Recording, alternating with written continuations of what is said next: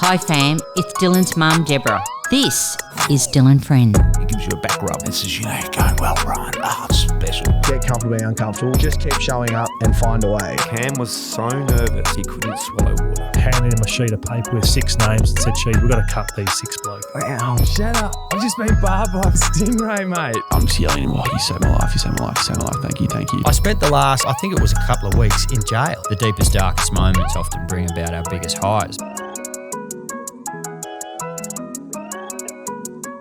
Hey Brad, how are you, man?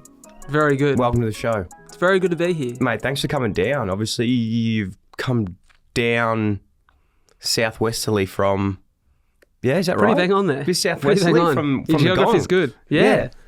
I've never been to Wollongong. Mate, it's beautiful. I've heard good things.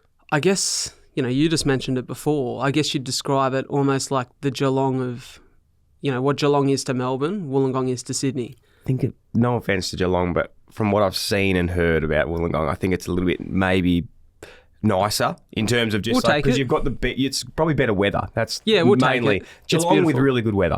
It's beautiful. To be honest, for me, it's like the perfect mix of there's enough happening, but it's also like I can go down the beach, get a park, don't have to stress about traffic. Yeah. Like it's my kind of lifestyle. Now, really morbidly, I don't even know if it's worth talking about this, but I listened to this podcast that was actually about a really sad cold case in Wollongong years and years ago. You're talking about the missing person one? Yeah. Weirdly, this is weird. The Whale Beach, what's it called? Is it Whale Beach?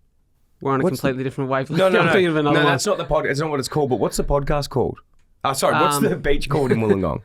So there's Wollongong Beach, there's South Beach, there's Port Kembla Beach, mate, we've got all the beaches. Okay. Sorry, continue with you're going with it. So it was like a missing persons. The detective was Manny Carruthers. Yes. Correct? Yes. And they were talking about 2 girls that went missing years ago. Yes. Weirdly, we listened to that yesterday because my missus' mum loves true crime. cold cases and true crime.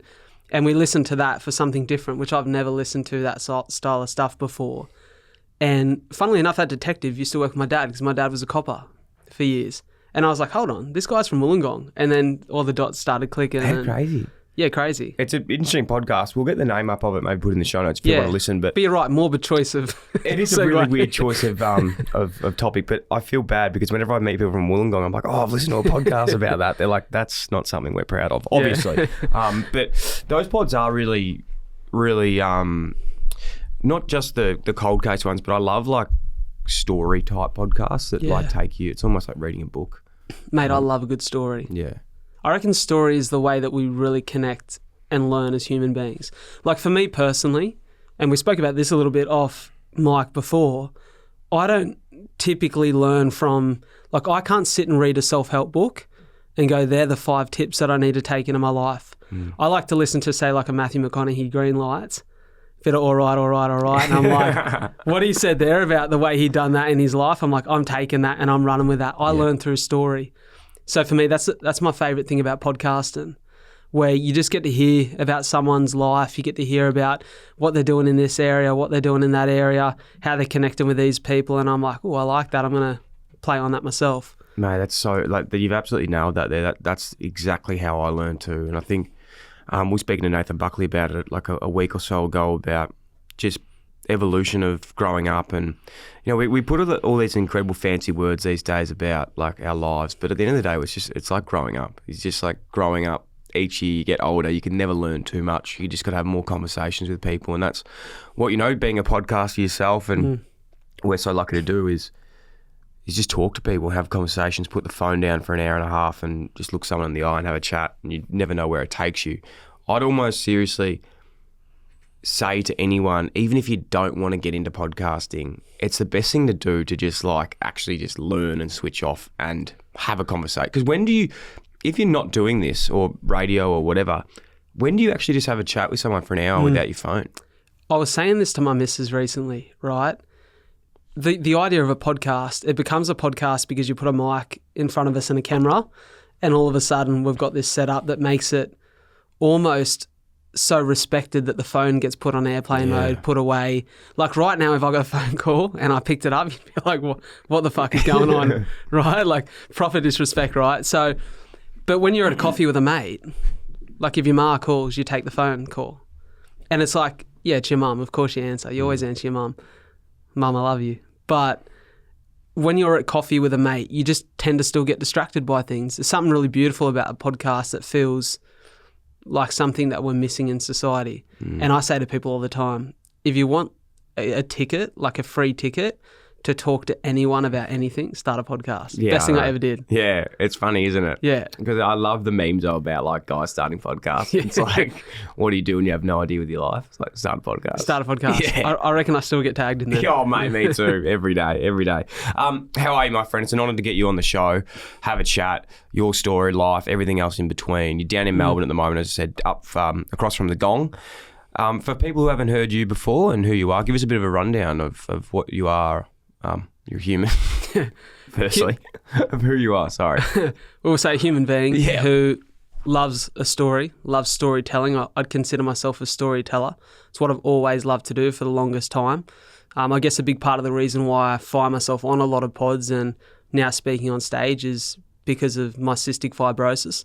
So I was diagnosed with CF, we call it, at 3 weeks of age.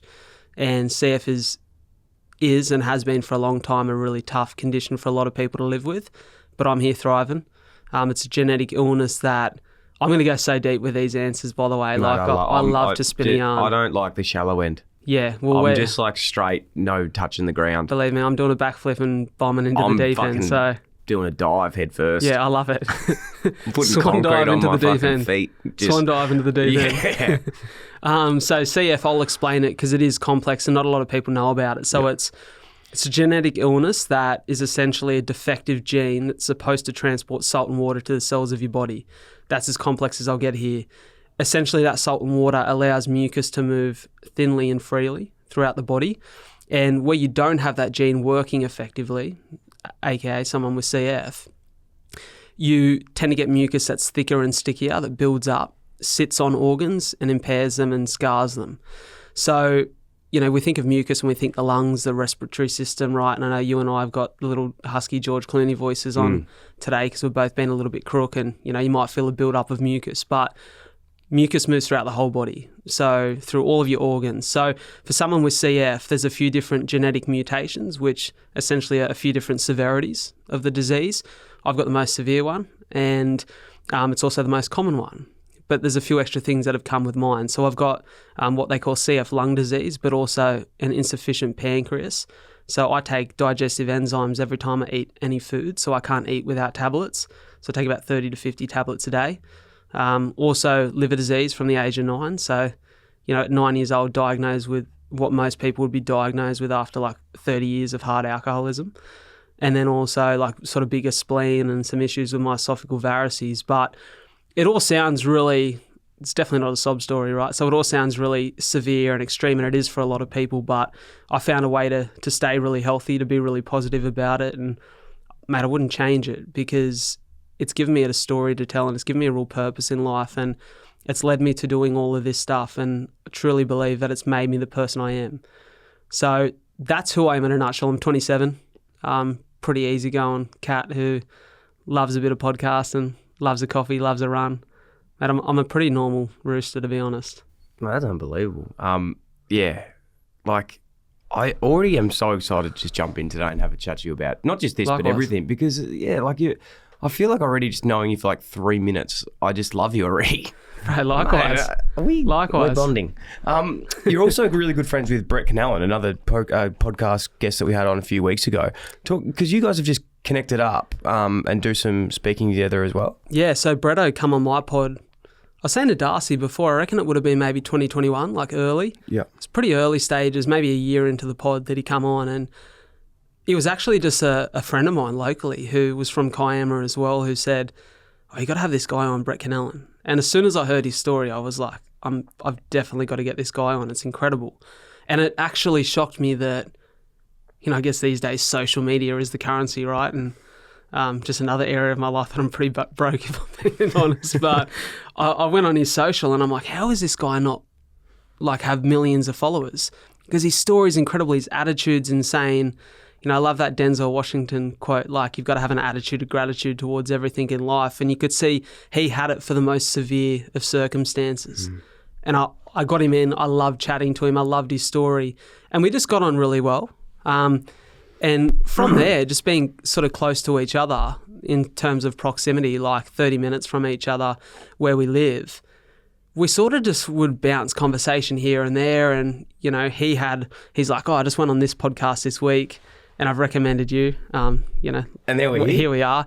But that's happened for the last couple of years. I go on a pod and I'm like, you've got to get Brett Kennellan on. And vice versa. And sort of he, probably a year before I did, ventured into the keynote speaking world and started doing really well and passed me on a few contacts, and those contacts signed me, and now I'm in that world. And so we just love the art of storytelling, what it can do, and that message of it's not what you're challenged by, but how you respond to it. And we're challenged by completely different things. Like I haven't gone toe-to-toe with, you know, the beast of the ocean, and, you know, he hasn't gone toe-to-toe with CF. So we have very different stories and challenges. But that message of just control what you can control is the thing that we've really bonded on. So I love getting up on stage and sharing with Bretto. I'd like to say he'd say the same about me. And I love being able to bounce off each other. And it's like anything you do, Dill. I can imagine that when you stepped into podcasting, you seek out people that you can learn from in the space. Yeah. And I think we're very fortunate that we've created a friendship that's built on just authentic, genuine connection, but we're also in very similar spaces, and that makes it a bond that gives you a level of support in anything you do. So he's a great man. I've got so much time for him. What about together, what you were saying before, which is super interesting, that with one of the... Can we talk about the keynote that you do together, or you don't want to... You can't, maybe we don't because just... Yeah, maybe not because it gives it away. But gives it away, yeah. We do a very... If anyone's interested in booking us, this is my pitch. Please do, to the people who are listening. If anyone's interested in booking us as a duo, there's a very cheeky little spin on things that makes it quite exciting to come and view. It's quite theatrical. It is theatrical. I was captivated by it, hence wanting to talk about it, but I can completely understand. Make sure you get in touch. Where do people get in touch with you guys, by the way? Just social media? Mate, like we've got a few, like he's signed exclusively by Saxton's in the keynote world. I'm signed by Saxton and a few others. I guess just social is probably the best way. Search Bradley Dryborough, hardest last name on the planet. But if you search me, you'll find my big mug there, and you can connect with me there, and always put you off in contact with the right people to get us booked. What's your attitude's incredible with facing something that's really challenging. Let's be completely honest. Like that, it can't be easy taking 30 tablets a day and having to deal with certain situations that you've been faced. But your mindset, your attitude towards it is absolutely astounding. Has it always been that way? Yeah, mate. So I say that the greatest gift I got in life was I was born into the most incredible family. So I shout them out every time I come on stage, every time I come on a podcast. My two incredible parents, Darren and Diane Dryborough, are just the most amazing people. They're angels on earth. So they were as prepared as you could be to have a kid. And as you'd know, you've just gone through the process of bringing your first child into the world. Congratulations, by the way. Man. And as any parent is, super excited, has a plan on how they're going to bring their first child into the world. And it's like, this is what we're going to do. We're going to give them so much love and care and time and affection. And we're going to bring them into a world where we can look after them and encourage them to do what they love, to have opportunities. And my parents were like that. They planned when they were going to conceive. They brought me into the world on the 12th of April, 1996. And as the legendary Mike Tyson says, everyone has a plan until you get punched in the face. Yeah.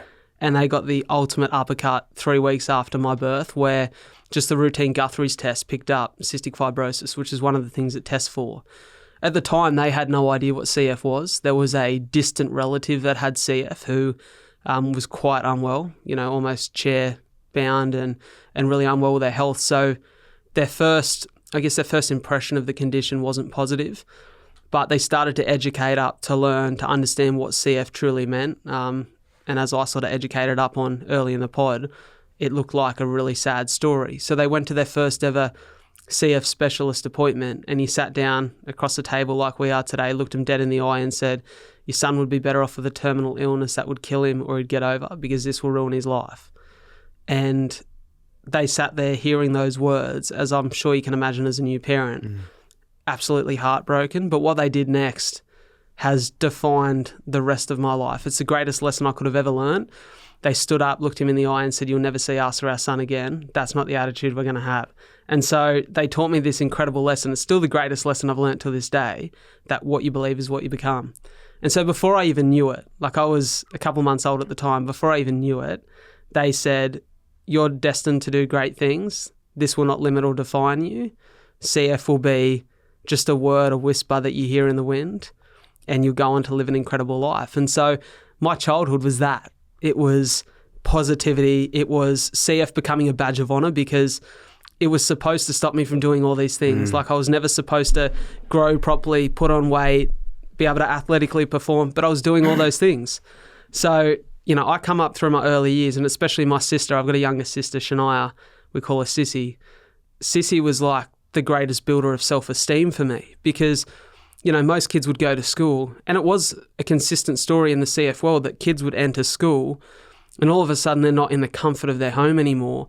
So their CF is exposed. So when they're the only person taking 30 to 50 tablets a day and all the other kids are like, why are you taking tablets? Why are you coughing? Why is this different to what it is for us? They start to get ashamed of their CF. They start not taking their tablets. They get sicker. Yeah. But mate, I'd sit up at the brekkie table in the morning with my little sister and she would cry because she couldn't take tablets like her older brother who she looked up to. So she had to have strawberry and orange vitamins to chew on every morning so she could be like me. So when I entered the world and I was my own little man at 5 or 6 and I was different because that's me and that's what I'm proud of. And my sister wants to be like me, so why would I question it? And so I had the greatest gift that I was born into this incredible family who instilled me with this confidence and belief that you are who you are. And without telling me this, I've got the power of hindsight to look back at it now and understand the message that you can't control what you're challenged by, but you can control how you respond to it. And so I responded positively. And really for the first 18 years of my life, Dill, like I said, there was liver disease diagnosis, diabetes diagnosis, all these things that were added to my medical certificate and records. But it didn't stop me. So why would I be fazed? It was really only 18 that I started to face my first challenges. And that's where, for me, it became a really, a really conscious effort in the fight against CF. It wasn't so unconscious and so, I wouldn't say effortless, but it felt effortless for a long time. At 18, things changed. What happened at 18? I think a bit of complacency. Yeah. Complacency is a funny thing. It's a strange age, isn't it, 18? That's like when you can start to worry about other things and For sure. Yeah. You know what it was though, Dill? It's like anything, right? So I was a sprinter growing up, 120 metre sprinter. This is a podcast, and it will be a podcast. You're an extremely fit young man. Like, you look good. Yeah. You've got some nice shoulders on you. Yeah. Like, they're a lot bigger than mine at the moment. You're very chiseled. You're very chiseled. I appreciate some beautiful tattoos. I appreciate it. Yeah, very handsome young man. Mate, it's all genetics. I've got an old man who's 57 and looks far better than I do. Really? Believe me. Yeah, he's fit dads. Mate, he's like Schwarzenegger reincarnated into an Aussie, just cracking good looking rooster. Yeah. Okay. But at 18, I probably had become a little bit complacent. Like, I had liver disease, so I knew I'd never drink alcohol. Yeah. I had no interest in recreational drugs because I took 50 tablets a day to stay well. Yep. So I was never going to do anything to purposefully compromise my health. But at 18, I'd been so well. I use the analogy that, I was a sprinter my whole childhood. When you're out and far ahead in a 100-metre sprint, you start looking around and like cheering to the crowd, hands are up, you go Usain Bolt, right? Yeah. Like, you start to celebrate before the finish line.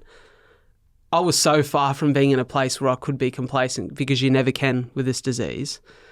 But I started to take my CF care a little less. Like, I was stopping doing the things that were keeping me really topped up, the daily nebulizers, and getting a little bit lazy with it. And so I was booked to go in for a routine surgery. So the sort of base of the esophagus, you've got these things called esophageal varices. And because I've got so much pressure in my liver and my spleen, they're enlarged and they're quite scarred. A lot of the blood that's meant to pass through them doesn't.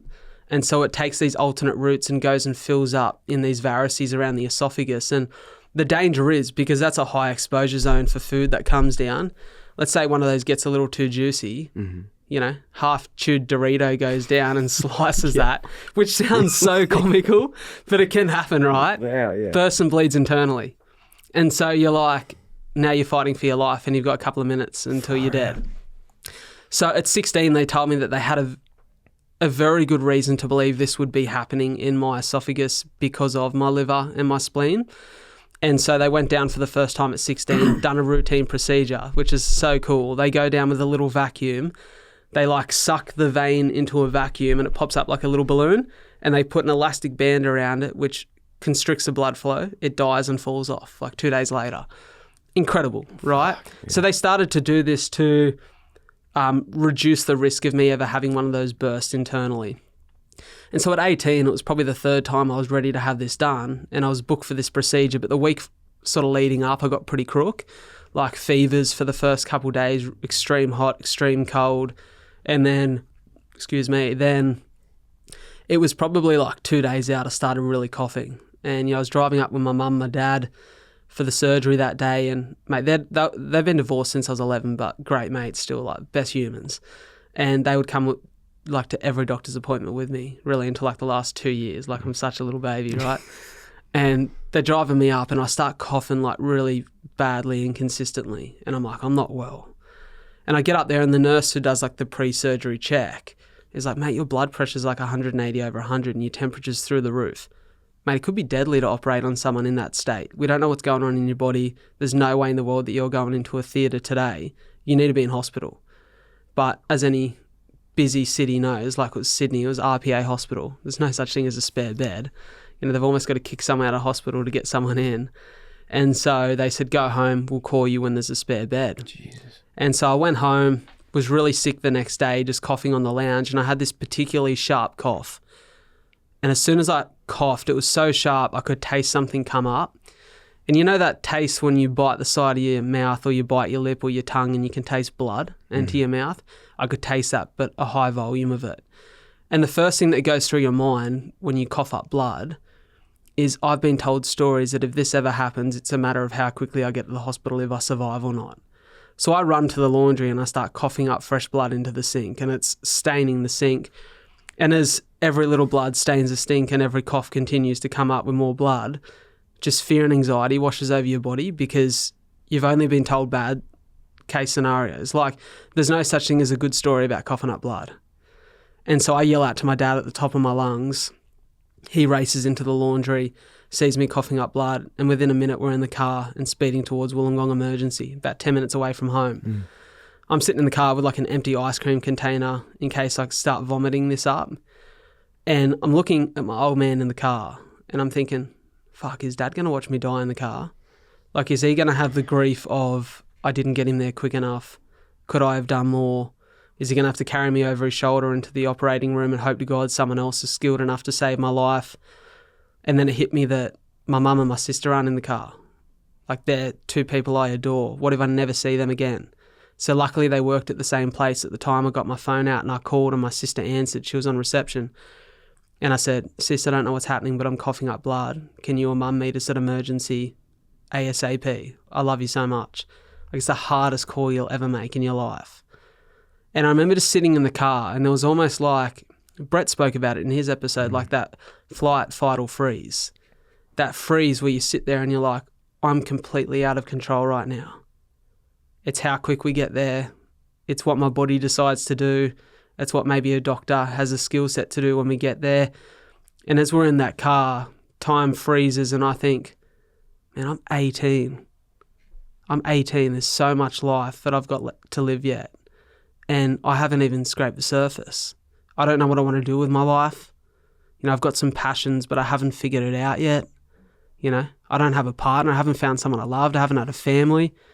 I haven't grown up. I'm not a man yet. I'm only entering the world. And I thought, man, I don't want to go. This is too early. And I was so lucky that maybe my thoughts were a little extreme because things calmed down, my body stabilised. I got there and it was revealed that I wasn't bleeding from an esophageal varice, but rather from my lungs. And as I went in, I ended up being diagnosed with a really bad case of pneumonia, spent 3 or 4 weeks in hospital, lost about 9 kilos, had the best set of washboard abs when I left, like just chipped away that baby fat. And I learned a real lesson that, that's this Confucius quote that I love, that every man lives 2 lives. The second begins when he realises he has just one. And mate, I fucking realised at 18. I was like, I've got this CF thing. This is not just 2 words on my medical records. This is something I now live with every day. And it's something I have to be very conscious about the way that I operate in the world with. And so for me, ultimate wake-up call at 18, like 9 years ago, essentially, around this time 9 years ago, that I learned that lesson. And made it change the way that I live my life. And like anyone, you can learn a lesson. And we spoke about it off camera before. You can learn a lesson and it sinks in for a minute, but how long does it stay around for? Because you get 100%. complacent again. And so, you know, over the course of the next couple of years, I had a lot of challenges where I would get healthy again and then let it slip, and, you know, end up back in hospital or a new lung infection. And ultimately the straw that broke the camel's back was probably two more straws that broke the camel's back, really. And I know I'm rambling here, but I guess it's giving you a bit of context. Please keep going. At 23, I'd been working in real estate for a couple of years. I'd moved to Melbourne, moved back home. Had my main focus in life at this point was, if I make a lot of money, I'll solve all of my problems. I'll be able to buy a nice car, nice house, nice suits, nice haircuts. I'll look slick, and it'll solve all of the challenges and troubles of life. And anyone who's got money will tell you that a poor man wants everything. A rich man wants one thing, who's sick, and that's his health. And so I realised that money wasn't going to solve my problems for me. And I was called by my doctor to say, mate, you've got a really serious lung infection that we've picked up in your recent trip to the hospital. This lung infection is called Burkholderia capacia, which is basically a fancy way of saying you're fucked if you don't get it sorted quickly. And Burkholderia capacia it's an infection that can it can kill people if heavy enough, the growth of the infection in your lungs is heavy enough, it can be fatal. Or in some best case scenarios, it permanently damages the cells in the lungs that would allow new lungs to bind to the body. So I'd never planned on a transplant because I was always really positive, right? It's like, I won't need a transplant. I'll survive and thrive with my lungs. But when a doctor tells you that, hey, if you ever need a transplant, the thing that could buy you an extra 20, 30, 40 years with your family, you may not be able to because of this infection in your lungs right now. It's like, imagine, I always say it's like you're sitting on the edge of the plane, you're about to skydive, instructor goes 3, 2, and just as you're about to fall out of the plane, he takes the chute off your back and you're like, fucking hold up a minute, where's my safety net? And like, that's what it felt like. I was like, I didn't plan for this, but I want that safety net. And so I was put in a hospital, spend 2 weeks, and they're like, we're going to aggressively fight this infection. We're going to do everything we can. We're going to throw every drug at you. We're going to keep the drugs running 24/7 to try and get rid of this before it sets its foundations in your lungs. And so it was the first day that I was in hospital. Mum and Dad had come up with me to set me up, and I had a private room in the public hospital because the risk of getting another infection when you're sick is really high. But as I was walking out with Mum to grab a cup of tea, it was like sort of mid-morning time, we're going to walk down to the kitchen, she bumps into an older fella in the hallway. And my mum could sell ice to Eskimo. She's a great salesperson and she sells cars locally, and not the typical car salesperson, you know, just a great human. That's why she does so well. And she bumps into this old fella who she sold a car to. His name's Ernie. And so she introduces me, and Ernie and I start chatting, and I notice that Ernie's staying in the room next to mine. And as I look into the room, I can see through the door, and there's 3 other older gentlemen in there, and they're all really sick. Like the energy of the room, the vibes, as you'd say, down here. Quite low. And I looked at Ernie as he said he had cancer, and I thought, oh, this guy needs a mate. So I said, Ernie, if you ever feel like you need to get out of your room, mate, come knock on my door and we can have a yarn. And, you know, if you can't tell, I love a yarn. So that afternoon at 2 o'clock, actually, in fact, every afternoon at 2 o'clock, the tea and biscuit cart comes around in hospital. And as it comes around, they knock on my door. I get my fair share of bickies, nice cup of tea, goes to Annie's room, and within a minute, knock on the door. He's standing there with his tea and his bickies. And I go, come on in, mate. He takes a seat. I'm lying up in my bed. He's on the big seat there, and we start yarning. Very interesting man, right? He was in his mid-60s. He worked his whole life as a maximum security prison guard. Wow. Was responsible for making sure guys like Ivan Milat stayed behind bars. So he had some stories to tell. But once we got past those like surface level stories, started to learn that Ernie didn't just have cancer. He had terminal cancer. You know, he had been unfortunately diagnosed with cancer after a surgery where they'd injected some dye into his body. Had gone really wrong. And I think it had actually poisoned his body in some way, and cancer had grown. Ernie had 3 ex-wives who he was still incredible friends with all of them somehow. He had children, grandchildren. And over the course of the next 2 weeks, Ernie knocked on my door every afternoon and we had a chat for about an hour, 2 hours. And at the end of my stay, I remember sitting in bed looking at Ernie, who was likely not going to make it out of that hospital, as I was packing my bags to leave, and I thought, I'm 23, and this man who's dying, who's facing imminent mortality, has just told me that the most precious things in his life are the people he loves, the memory he makes with those people, and just those moments that he'll never get back. He's not once spoken about the car he drove, the house he lived in, how much money he had, the brand of clothing that he wore. I'm 23 and I've put so much of my focus and energy into making money. It will never solve the problem of life. It helps, don't get me wrong. We all need a bit of money to pay the bills and to, have an oat magic when you're out in Melbourne and, get a croissant from Loon, all those things. You need money, right? But it shouldn't be your primary focus in life. And at that point it was. Yeah. And so as I left hospital, Ernie had given me this incredible gift. And I remember standing at his funeral probably 2-3 months later and thinking that every day is a gift. Tomorrow is an absolute privilege. And if you have that attitude of gratitude and the appreciation for the fact that you have air in your lungs and a heartbeat today, you have more than most will have at some point.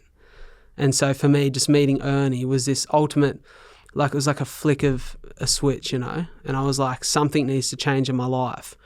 So over the course of the next couple of months, I found myself at a real place of I guess I was at a real low mentally because I knew something needed to change, but I didn't know how. I was like, fuck, I'm coming to this job and there is such a focus on money for me right now. I don't even know what I love. I'm not healthy anymore. I've got no passions in life. I just go to work. I go to work for the sake of going to work to make money. And so I ultimately made the decision to step right out of it, to quit my job. And, no game plan. I just started a podcast. I was 4 weeks into it. And I thought, I'm just going to give this... That's alarm bells, isn't it, as well? Massive alarm. When I started the podcast, I think that's when people worry about people the most. But it's a good time of growth. It can be post-traumatic stress or post-traumatic, success in a way. Well, the thing is, the major alarm bell was not even that. It's the fact that I just bought a fucking house. Oh, wow. It's not a mortgage. Yeah, okay. It's like, what a dickhead, right? So no game plan. Bought a house, quit your job, start a podcast. And over the next couple of months, COVID happened. Yeah. And I thought, maybe I've stepped out of this at the right time. Real estate agents made more money in COVID than they've ever made, right? So, there was a missed opportunity there to set myself up and slowly create that plan. But I think when you're at such a low mentally, sometimes, when you're at rock bottom, the only way is to completely cut something out of your life and move in a new direction. So I done that. I think it's a really good point. I love to just delve into this quickly. Is when you did that, were you still in Melbourne or were you back in Wollongong? I was back in the Gong. Okay. So I was in Melbourne 2018, but I don't. Have you ever moved away from family, friends before? I have, yeah. When I went to live in Sydney. Okay. Yeah. So we've done the opposite, right? Yes. We've done the old switcheroo. You realise that I'm a real social cat. Yeah. I love my people, love my family, love my mates, like my routine and consistency. Nathan Buckley spoke about it in the last pod. Loves his routine. I thrive off routine. It's a quote that I love from James Clear. I haven't read the book, but I've heard some good quotes about it, Atomic Habits, where he says, we rarely rise to the level of our goals, but rather fall to the level of our systems. I like good quality systems. That's how I thrive. So when I was in Melbourne, I moved down by myself. I worked 7 days a week, 12 hours most days. I had no friends. I had no routine of health. I didn't go to the gym. I boxed maybe once a week, went for a half-ass, 2K walk. Yeah. Didn't do anything for my health. Didn't have support systems. Didn't have healthy coping mechanisms. So for me, I struggled. Yeah. And it was I had to come back to my environment after 9 months or so and build that again. How did you find that? Well, I really appreciate you saying that. So for me, it was almost the opposite because I had too much distractions at home. So I'm someone who and this is jumping around a little bit, but if I need to do some work, I need to come into the studio to do it. I've got to go somewhere to do it. Yeah. So for me to get my life together, I only had to move away from Melbourne and just be by myself for 2 years. And I wasn't by myself, I was with my missus and friends and stuff like that, but it really helped me simplify things. So I think it's actually a really cool message to both people is there's different ways to do it. Some people need structure and need the support. I needed to get out. So it probably depends where it was. But I think the really important part that I want to chat to you about with that is because there's this whole thing around, and I don't know if it annoys you when people say it, because I've been there too, is like, I got sacked from my job, had to go start a new career that I wanted to be passionate about. And it sounds like you're going on this same trajectory at the moment 100%. at the story you're at. And people say, oh, you quit your job. It's like, it's not that fucking hard for everyone. Like you said, you've got bills to pay with your mortgage. You've got all these bits and pieces. I'm interested, what did you do at that time to make that actually possible? So I'm going to be the lesson of what not to do for the people at home. Good. So I left my job and was like, I do not struggle with self-belief, Dill. I didn't think you did. Right. Which is fucking unbelievable. I love it. I did not struggle with self-belief. So in my head, we actually spoke about this recently. I guess I fit into that dreamer archetype, right? Like, I'm a bit of a dreamer. And so I always think about the positives, not the negatives, or the things that maybe I should plan for. Like, it's all plan A, no plan B. Yeah. So when I left, I'm like, within a year, I've got the biggest podcast in Australia. I'm going toe-to-toe with Rogan for the top spot on the charts. And it's all Rowan's. Like, it's so funny saying it now because 3.5 years in, I'm so far from it, right? Like, I'm miles below it. It's there. It's coming. But the funny thing is, so I got to a year and I was like, ooh, this is tough. I've got no money. I've got fuck all happening. There's nothing that looks like I had a little bit of ad money coming from the pod at that point, but it was all ads for, like, at the start, at the top of the show, I'd be like, g'day guys, and so if you need to buy a house, you go see so-and-so the mortgage broker. And I'm like, it's the middle of COVID. Yeah. The average listener's mid-20s going, I could not give a fuck about buying a house right now. So I was like, I need to ditch these ads because it will piss the audience off before I gain their respect and earn their trust. And so I had no money coming in. And at a year, I was so broke. Like, I remember at one point having negative $37 in my account. Wow. After, like, I'd gone to buy a coffee thinking that my loan payments were going to be on hold for a week and they'd come out, and I was like, shit. So I sold my house, or I sold my apartment, and I was just really fortunate, Dill, that, like, the market in that COVID time had gone really well. So I got back a good little bit of kitty. Yeah. But then same thing, it almost bred complacency because I was like, I'm okay now. I'm okay I'm sweet again. now. Like, put the feet up. How hard is the battle of complacency, man? It's massive. It's massive, and it's why that idea of having systems is so important. Yes. And I don't think you can ever. I hear Rogan talk about it. That, even as a guy who's just done a $100 million deal on his podcast and has all these other streams of revenue, there's areas of his life in which he still willingly chooses to suffer because you have to have a level of hardship to remind you that you can't get too comfortable. And so I'm back at a point now where, 2 years, about a year and a half, 2 years after selling my place, mate, it's been fucking tight. And, like, there's had to be some really smart decisions, and I've had to look at some options to, like, get some work back in and go, if you really love this, you'll find a way to make it work. But it is so easy to fall back into that spot of, oh, it's all going to work out. And I think that you should be incredibly optimistic, and I think that you should shoot for the stars and hope to land somewhere around the moon, right? But you can go, I'm going to do that. But if you don't have a fucking rocket ship, you're kidding yourself.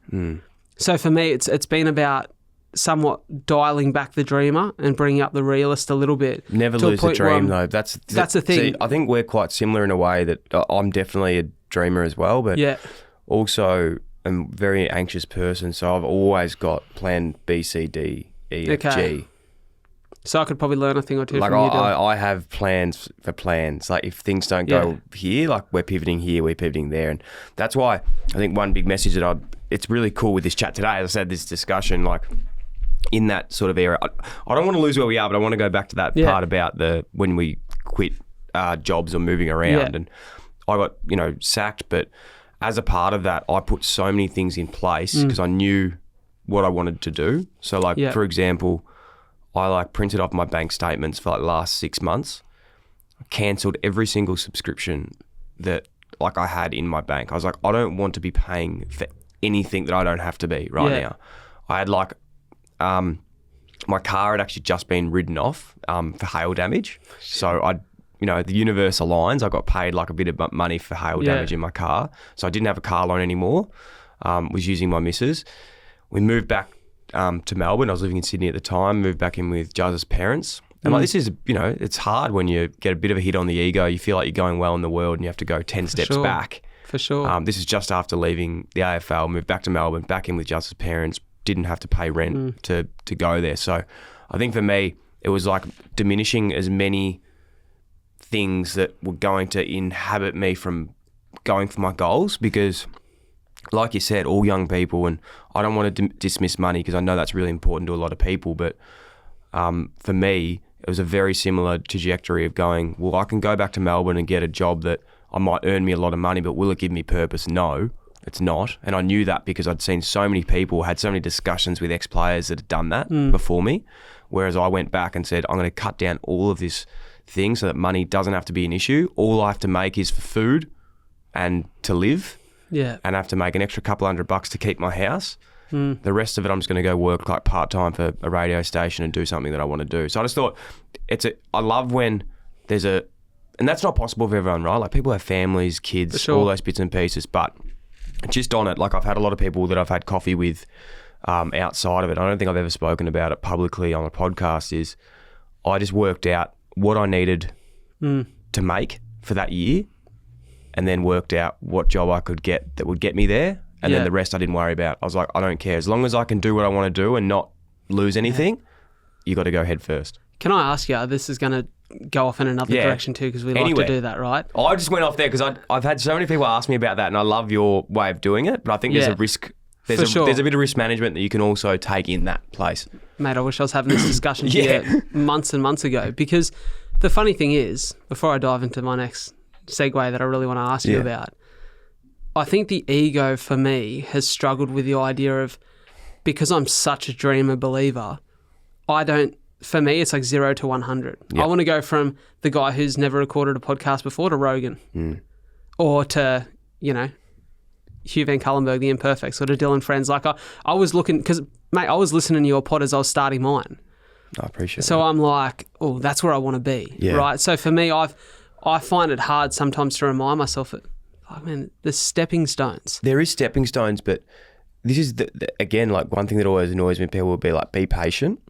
Never be patient. Always be in a rush, but know that things take time. So it's like, you can be in a rush and also be patient at the same time, but you still fucking want it. It's like, I still want to be, whoever that person is, but understand that you're going to have some kicks to the ego before that. Like I said, when I went and worked out, like, can you imagine this? Like, I feel bad saying it because I don't want it to sound like I was arrogant, but I probably was at this time. I was 27.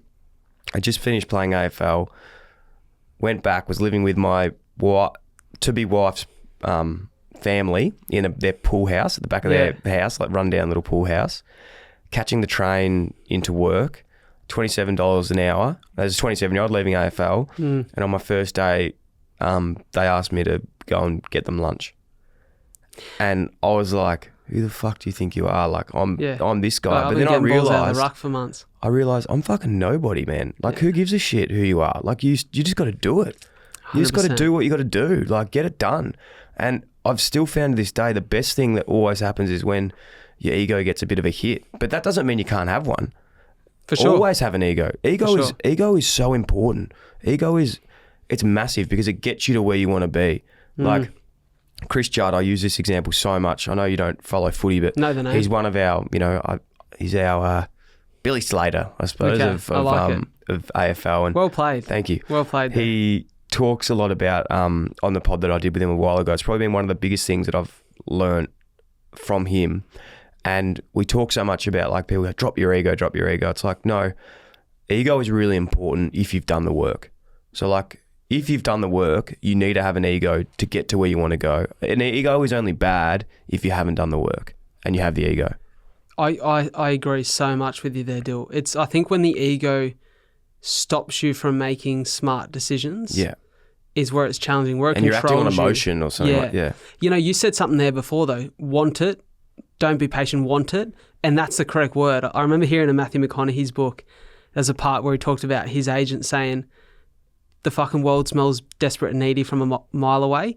You can want it, but don't need it. And I think that, for me, has been the message. You can want the direction you're going in. You can want to have a massive podcast. You can want to step on stage. You can want all these things in your life. The minute you need it, the minute you rely on it, is where it gets really dangerous. You know why? We're getting so, like, philosophical. I've got to be able to say that word better. What's it? We're like the great philosophers here. Fuck you. Philosophical. Thank you. Thanks, philosophical. But even now to the stage where, and this is through podcasting, right? And discussion that you learn this stuff is more and more and more now. I realise that there's a reason quotes are cringy, right? And there's a reason they stay around and age the time is because they're fucking true. And the journey of like getting to there. So we're talking now about like where you want to be and you got to want it and to get it. That is 10 times more important than actually getting it. Oh, mate, so like when you actually get it, you're like, oh, I want something else now. So it doesn't fucking matter. Can I read you something on that? Can I read you something? I'm just going to pull up my notes. So I wrote this down the other day because it really stood out to me. At a point in life where I'm learning that I need to pivot now, and I think for the last couple of years, I've been so focused on getting it and the pleasure of getting it and enjoying the journey. Like the journey's so important. This really speaks to that. But also remembering that sometimes you got to do shit that you don't want to do to get there. You do, man. That's the part. I heard this, Jordan Peterson, seen a little clip pop up. It isn't obvious at all that we want happiness. It isn't even obvious that we want absence of misery. What's really obvious is that we want an adventure. We want an adventure that is so compelling that it makes the misery of life not just justifiable, but worthwhile. Yeah. And that's the journey, the adventure, right? 100%. And like for me, it speaks to that. I have to ask you spoke there before about, moving into your now wife, the mother of your child's parents' pool house.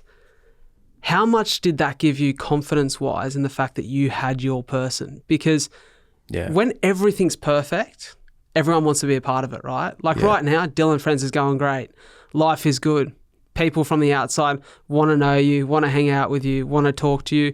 When shit goes wrong and shit isn't moving to the plan and like you're sacked from your career, you would most described down and out, and that person you love is there beside you and like we're going to rebuild again. Oh, it's hard to talk about because like Juz is just incredible. I struggle to talk about her a lot just because she's so incredible. But she always says this one thing to me, and it's like we always reflect on those times, and not like I'm not saying that in a state that we're like fucking killing it or anything. It's just we're at a stage where we're really happy. Like we've got a baby that took us fucking 2 years, and we think back to that time where I'd been sacked.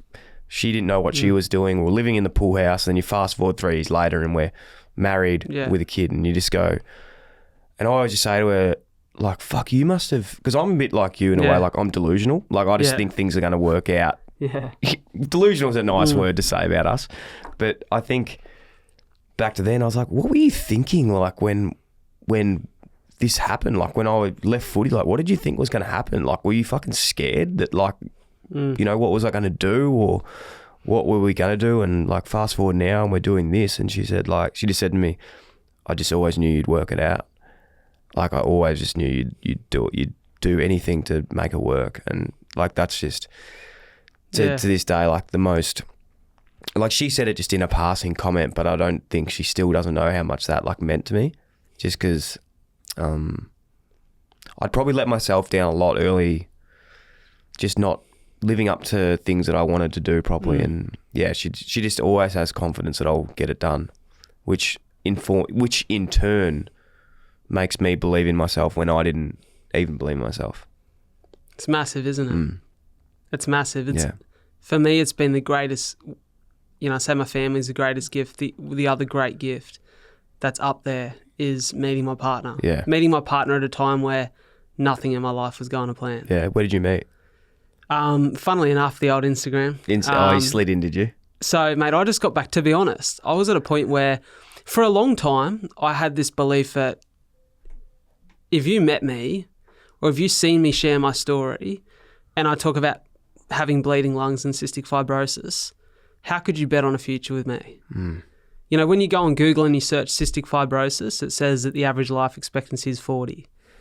Who wants to start a life with someone that they won't get to finish it with? That was my view, such a limiting belief, right? And I didn't even believe that I would make it past 40. Mate, I reckon I'll make it to 100. 100%. I'm going to be a centurion, I'm telling you. 100%. You heard it here first. No, I'd back that. But I had this idea that I couldn't have a partner because of that. So I thought I'd go through the rest of my life without someone I Yeah, well, love. you just like, it's not an option for me. I just thought it's not going to happen. Yeah. Like I'd had enough. Was it more the fact like you didn't think someone would go for it, or you didn't want to put someone through it? A bit of both, but also, you know, like between 2020 and really 2022, my health was so up and down. There were times where like every second night my lungs were bleeding. Yeah. Like this is exhausting for So me. it wasn't even crossing For your sure. mind. And don't get me wrong, like I was still hopeful that I could find someone, but time and time again, Dill, I'd found it really hard to like, when you've been through what we've been through as a family, there's such a tightness and a bond, and like I love my family like nothing else. Like I love them so much. And I just found that I consistently was meeting people who didn't share my values and morals, you know, didn't believe in the importance of family, were more interested in just the superficial bullshit. Well, when you've been through something like you have, it's quite hard to just have a casual conversation because you've been through so much that, you know, it's like getting to know you now. I feel like I've known you for 10 years sort of thing. So if people aren't really, if they're not interested in getting to know someone on a deeper level, it's nearly not worth it. It's hard to connect. And I've even found that with myself lately. I struggle with just asking people how they're doing. For sure. Like, I'm like, no, just tell me, like, what's going on. Skip the small talk. Yeah, right? I'm not into small talk. And so for me, it was like, I'd sort of given up. And so my old man, like my best mate, I'd been living with him in Gong in an apartment, and his partner and my little dog, their grandchild, Hunter. Yeah. Shout out to Hunter Boy. Hunty. And they were moving to Queensland. Like I'd said, go move to Queensland. You want to do it. Go have a crack. Go be in the sun. Go enjoy life. Kick back. And so I was like, well, I'm going to move somewhere. Maybe I'll just move overseas and have a crack and see what happens over there. And so I thought before I do, I'll book a trip. So I booked a trip, went over to New York and LA for 2 weeks by myself. And I was sort of strolling around and I was like, fuck, I feel alone. Alone in the sense that like I'm a little bit lonely because I've got a lot of acquaintances and friends and a lot of mates that when I'm back home, there's heaps happening. But what about when everyone's with their partners and I'm just doing my thing? Man, like if I'm one out and I'm not going to find that person, this doesn't feel right. I want to be able to share these memories and these moments with someone. So I was in this headspace of like, fuck, it's sort of sad that I can't have that. And I'm not saying that you can't thrive by yourself because you can, but I was at a point in my life where I'd been by myself for so long. I really wanted to find someone. It's funny, like the universe sends you those messages. I got home and I was sitting, it was like my first Saturday night back at home, sitting on the lounge, 7:30 in my pajamas, having an ice cream, watching Netflix, and my dad and his partner are out on the town having a drink, and I'm fucking 26 sitting at home in my jammies. And I'm scrolling through Instagram and just this girl that I knew locally, who'd been really supportive of one of my charity events, put this photo up. And in this photo, it's her and 2 other girls. And one of the other girls has the best smile that I've ever seen in my life. Like just a smile that could light up a room. And I was like, who is that? That wasn't Jazz, was it? No. It wasn't my missus. Right, we're thinking it wasn't my missus, was we're it? obviously describing our missus in the same way, right? Okay, yeah. So Jazz has heard the same thing. Right? You've told her the same story. And I'm like, who is that? I need to know her. And I wouldn't say I'm the most confident cat when it comes to relationships because I'd always struggled with it. Never really been in a proper relationship at this point. I'd always just been in and out of like trying to figure it out. And so I seen this smile and I was like, clicked on her Instagram profile on private and I was like, I need to follow her. So I followed her. Within like 2 minutes, she's followed me back and they're out somewhere in town, right? And when she's followed me back, I'm like, all right, I'm half a chance. I click on her profile. It's like no photos. She hasn't posted for like 5 years. And I'm like, this has got to be too good to be true. Because I'm like, who hasn't posted in 5 years? Like, why can't I see any photos of her? What's going on? And then her friend puts up a photo on her story saying she's single. So her name's Sophie. Sophie's single. Like, get after her, boys, or whatever. And I'm like, oh, I need to be quick because so many guys are going to message her. Yeah. Right? Now, I don't know at the time that she's exactly like me. This is the first time she's been out in a year. Yeah. Normally she's at home in her pajamas, right? And I'm like, man, she looks so cool. And so, like, she's so good looking. She's going to have that many guys message her.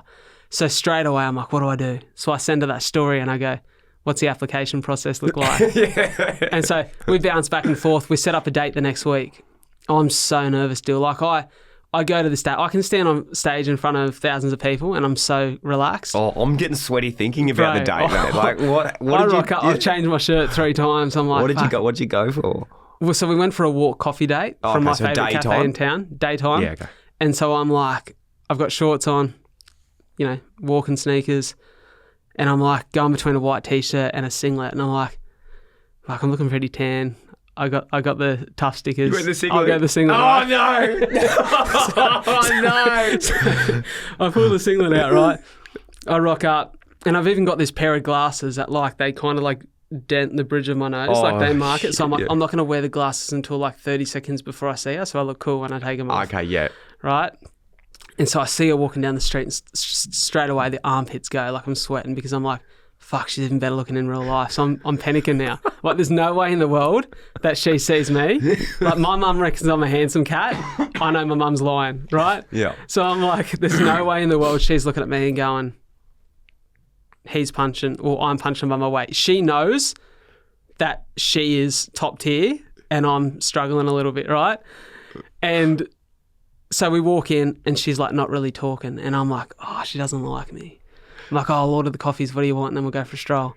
And I'm like, oh, she doesn't like me. I can tell. But I don't know. She's so nervous. Yeah. She's so she's extroverted at home, but so introverted when she meets new people. But anyways, we ended up walking and talking for 4 hours. Oh, Got on a wow. house on fire. Did you let her And- talk? Not really. She said to me, it was great because I was so nervous. You just talk the whole time. Exactly. Are you a nervous talker? So you just I went am, around yeah. I'm just rattling. Yeah. But mate, I knew very quickly. Yeah. Within we had a date again the next day. That's a week cool. later we're going to go on our third date out to the beach. We ended up spending 12 hours together and just had the best time. And straight away I was like, I'm going to fall in love with this girl. I know it. And it was 2 weeks into our relationship. She come over to stay at my house with, my apartment with my dad and his partner. And we were sitting there and, mate, it was just she come over that night and she never left. 2 weeks into our relationship, we started living together. She just never left. I just said, don't go. Why go when we're having so much fun? So now we live together. Since. Yeah. That's The best. unbelievable. When you know, you know. And I Yeah. fell in love with her straight away. But there was something for me that when you spoke about it before, when you were, talking about jazz and that belief, I could see the sweaty eyes coming on, right? And for me, it was just a really powerful moment where there's been a lot of moments, but I'll share one that's very specific to what we're doing today. The last couple of months has been tough financially, right? Because she left her job to try and find something new. I don't have any income. Trying to make it as a speaker, trying to make it in the podcast world. Nothing really going to plan like I'd like it to, right? It's me being Go on, really bro. honest and vulnerable No, here, I love right? it, man, but it's going to. And we're sitting there at home and I'm just sending email after email looking for opportunities, trying to figure something out. And then I hear, ding, email pops up. And it's this man over here, Darcy. And I was like, this is a podcast I identified a couple of years ago. I'll probably get emotional talking about this as somewhere I'd like to be sharing my story because I'm like, this guy's done something I want to do, right? And I like being connected to cats like that, like you, right?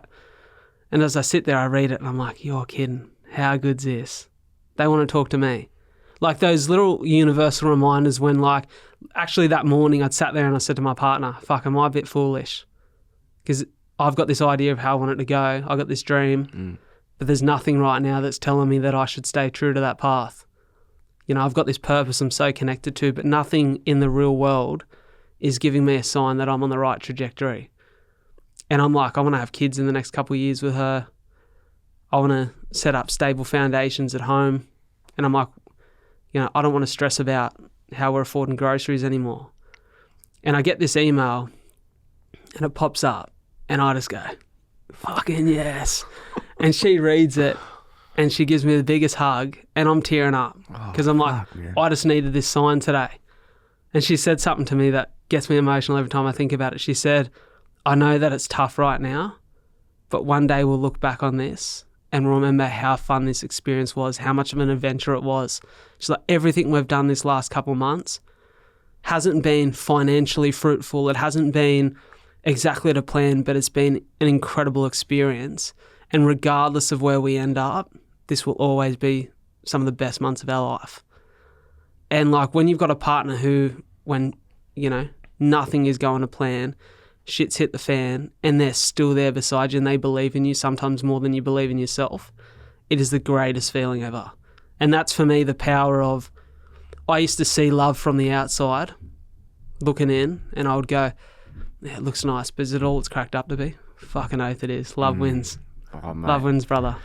That's unbelievable, man. Yeah. I really appreciate you sharing that. Like, just for even the context of coming on the show and stuff like that, it really does mean the world. And to be honest, I think once you're in this network, not that I can be doing anything here, like people always say fuck since we came on the show, and they'll be like, thank you for coming on the show. They, mate, the audience connected with you, they loved you, and I can fucking tell you right now, like, they are going to, like, it's got nothing to do with me, what I'm saying. Like, this is I'm lucky, I'm just the fucking one in the seat. Like, I'm the You're the one captain of the ship, I'm though, the one brother. that's just lucky enough to sit here and talk to incredible people, but I can tell you right now, the messages and the people that will be supporting you from this, the people that will be fucking kicking that door in that apartment in Wollongong, you're going to need a new locksmith on that door to get you down to do some gigs, to do some podcasting, to do some speaking, because you're a fucking superstar.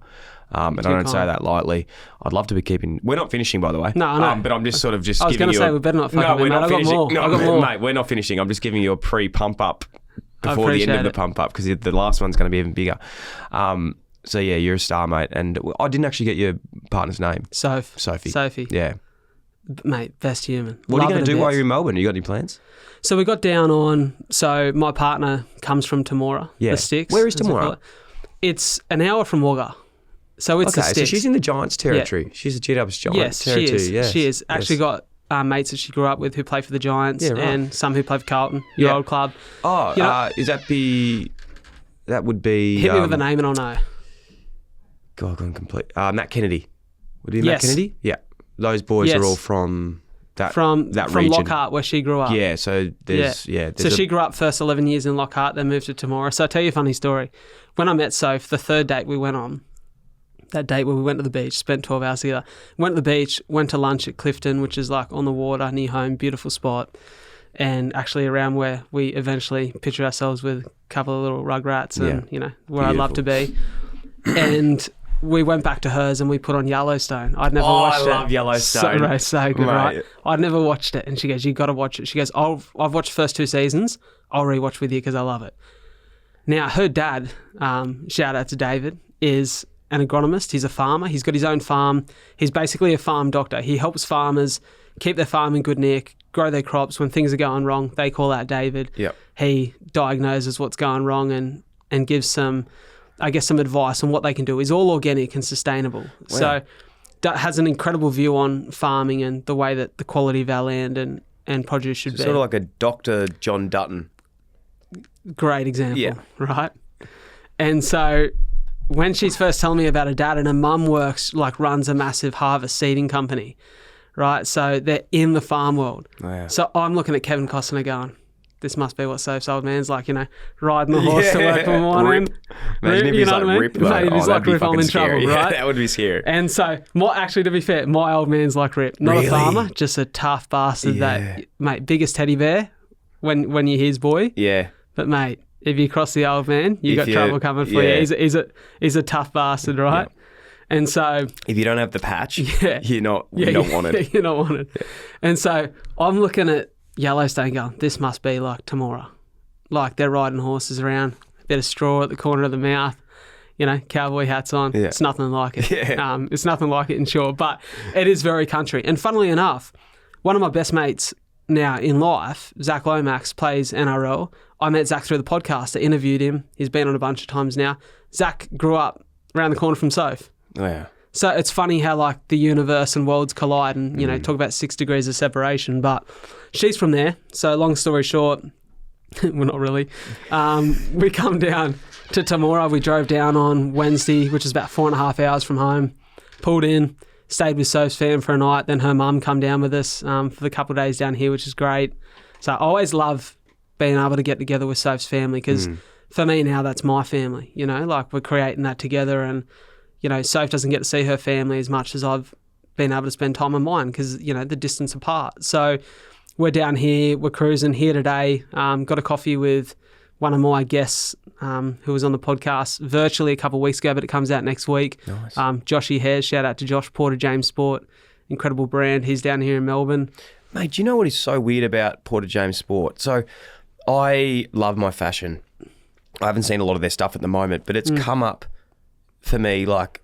How I come across it? It's hit me like 10 times. No, well, just randomly. So I think I saw maybe something online. Then one of my mates who's actually coming to work with us with do some design stuff, because I've got like a golf brand. I think he knows him as well. Yeah. And then I've seen him on something else. And yeah, a lot of people talking about this brand at the moment. So he's a cool cat. To be honest, interviewing Josh was like looking into the mirror. Is he a Kiwi? He is. Yeah. I hope I don't get this wrong for you, Joshy. I think a Wellington boy. Yeah. Who come over here for love. You know, talking about love wins, right? So Josh is in Melbourne and going to grab a brew with him a little bit later. Going to the G tomorrow night to watch Richmond and St Kilda. Yes.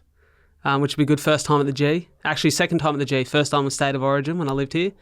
How New South Wales of me is that? Going to the G to watch Origin for the first time. That's a shocker. That's a bit crook. But looking forward to that because Soph's family are big AFL fans. You know? Tamora's probably a healthy split between league and AFL. Yeah. So looking forward to that and just cruising around, having a bit of fun, eating some good food, probably a couple too many croissants, coffees. Who talk to us about your podcast? What's your favourite part of it? Who's some of your favourite guests that you've had on? Oh, mate, I love the pod. I say all the time, I reckon the pod's made a man out of me. Yeah. Because I think when you grow up in your own context around people who are very similar to you, you think that everyone operates the same way that you do. Yeah. The pod's given me real empathy because when mate, even like I used to look at people who had issues with drug addiction and go, how on earth do you get addicted to drugs? Like, how stupid's that? Yeah. And then when someone's sitting in front of me telling me that, like, they've never felt the love from their family, like something that I've taken so for granted. Don't get me wrong, I appreciate it, but I take it for granted because it was so easy. It's just there. And they're like, the first time I ever felt love was when they touched a drug. I'm like, fuck, like, I kind of get what you mean. Like, don't get me wrong, it's a silly decision, but I get why you'd be led to that. So for me, it's opened my mind to how the world is so different. Yeah. How people are so different. We all have our own unique context. And for me, the podcast was built off this, for me, definitional development of purpose, which was, I believe my purpose in the world is to uplift and inspire hope in others through story. Yeah. And so it's all about... I was going to say, I've got something for you after that. Because just before we get on to that, I've got something for you that you will love. Because you were just saying before about how it's emotional intelligence, right? Like learning bits and pieces. And I want to send you this clip. I put my finger up then, like we're in a classroom. I more meant... You really scared me. I know. You got me there. Sorry, I more meant like, I really want to remember to tell you something for after the show, but it's going to happen now because I've already fucked it up. So there's this video that I've spoken about before, maybe once or twice, but it's incredible. It's on emotional intelligence. And to what you were saying before, it hit me so truly because I was like this, and I think a lot of young men are like this, is we have one belief, we grow up a certain way and we think this is the only way that I can ever think. And the video is this. It's basically talks about, it's called Emotional Intelligence 101. I'll definitely this time share the link. I'll make sure it's in the show notes and send it to you. But it's a cartoon on YouTube, goes for about 8 minutes, and it talks about emotional intelligence. And the video goes like this. There's a man sitting on the side of the street. He's a homeless man. And there's two types of people in the world, it says, but, that's generically speaking.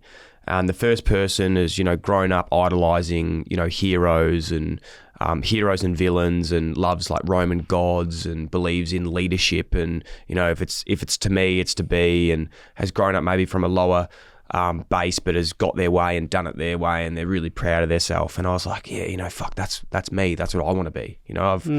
I've grown up with this and I want to get to this and I want to conquer the world. It's like that ideal of a conqueror. And they walk past this homeless guy and the homeless guy goes, hey mate, do you have $1? And the guy goes, mate, fucking, I've worked my life. Like, I'm here, I'm doing everything I can. I work hard. I do this, I do that. Like, why don't you go get a job? And he walks off and goes, I'm not giving you $1. Like, you should learn what I've learned. And not in so I'm probably saying it a bit more not in a negative way. It's just more like, if you want to get to where I am, you got to work hard. The next person is a person who believes in sort of like giving back, and they've come from, a family that's maybe well off, and they've learnt that they're really lucky to have what they have, and they believe in sort of helping people up off the ground and giving them support and going through. So they walk past and they end up giving them $1. And it gets to the end of the video and they said, there's actually, people always debate which one's right and which one's wrong.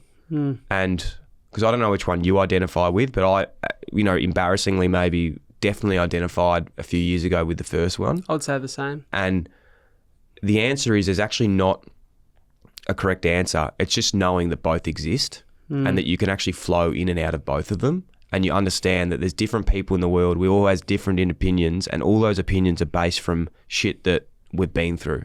So it was a really cool piece of me because I thought like, fuck, I have to stick to this. This is who I am. This is my one thing. I want to be this guy that's like conquers. It's like, well, I can play that role for a bit, but then I can go into this role and I can be empathetic and I can understand why people are the way they are. And then I can come back to this when I need to, and I can come back to the other part when I need to. 100%. And you can go in and out. So I suppose for me, watching that video and what you're talking about before about these discussions with people and learning new things, it's just every time I have a chat, I learn more about someone and learn more about how I would react in certain situations. It's so true, Dylan. I guess to use a coaching analogy, I've heard, in rugby league, there's a real mix between, white Aussie kids and then also the Pacifica kids who are so talented, and they've grown up so differently with such a different cultural background and understanding of authority. And you hear a lot of the time, I've had a few of them on, these guys who grow up with that Pacific Island background or that Maori background, Kiwi background, where you don't really stand up to authority. You really respect your old man. Yeah. You never question him. What he says goes. And if someone raises their voice, you kind of respond by receding and doubting yourself a little bit more. And as a coach in rugby league, there's this balance between some people need a firecracker up the arse and some people need a hug.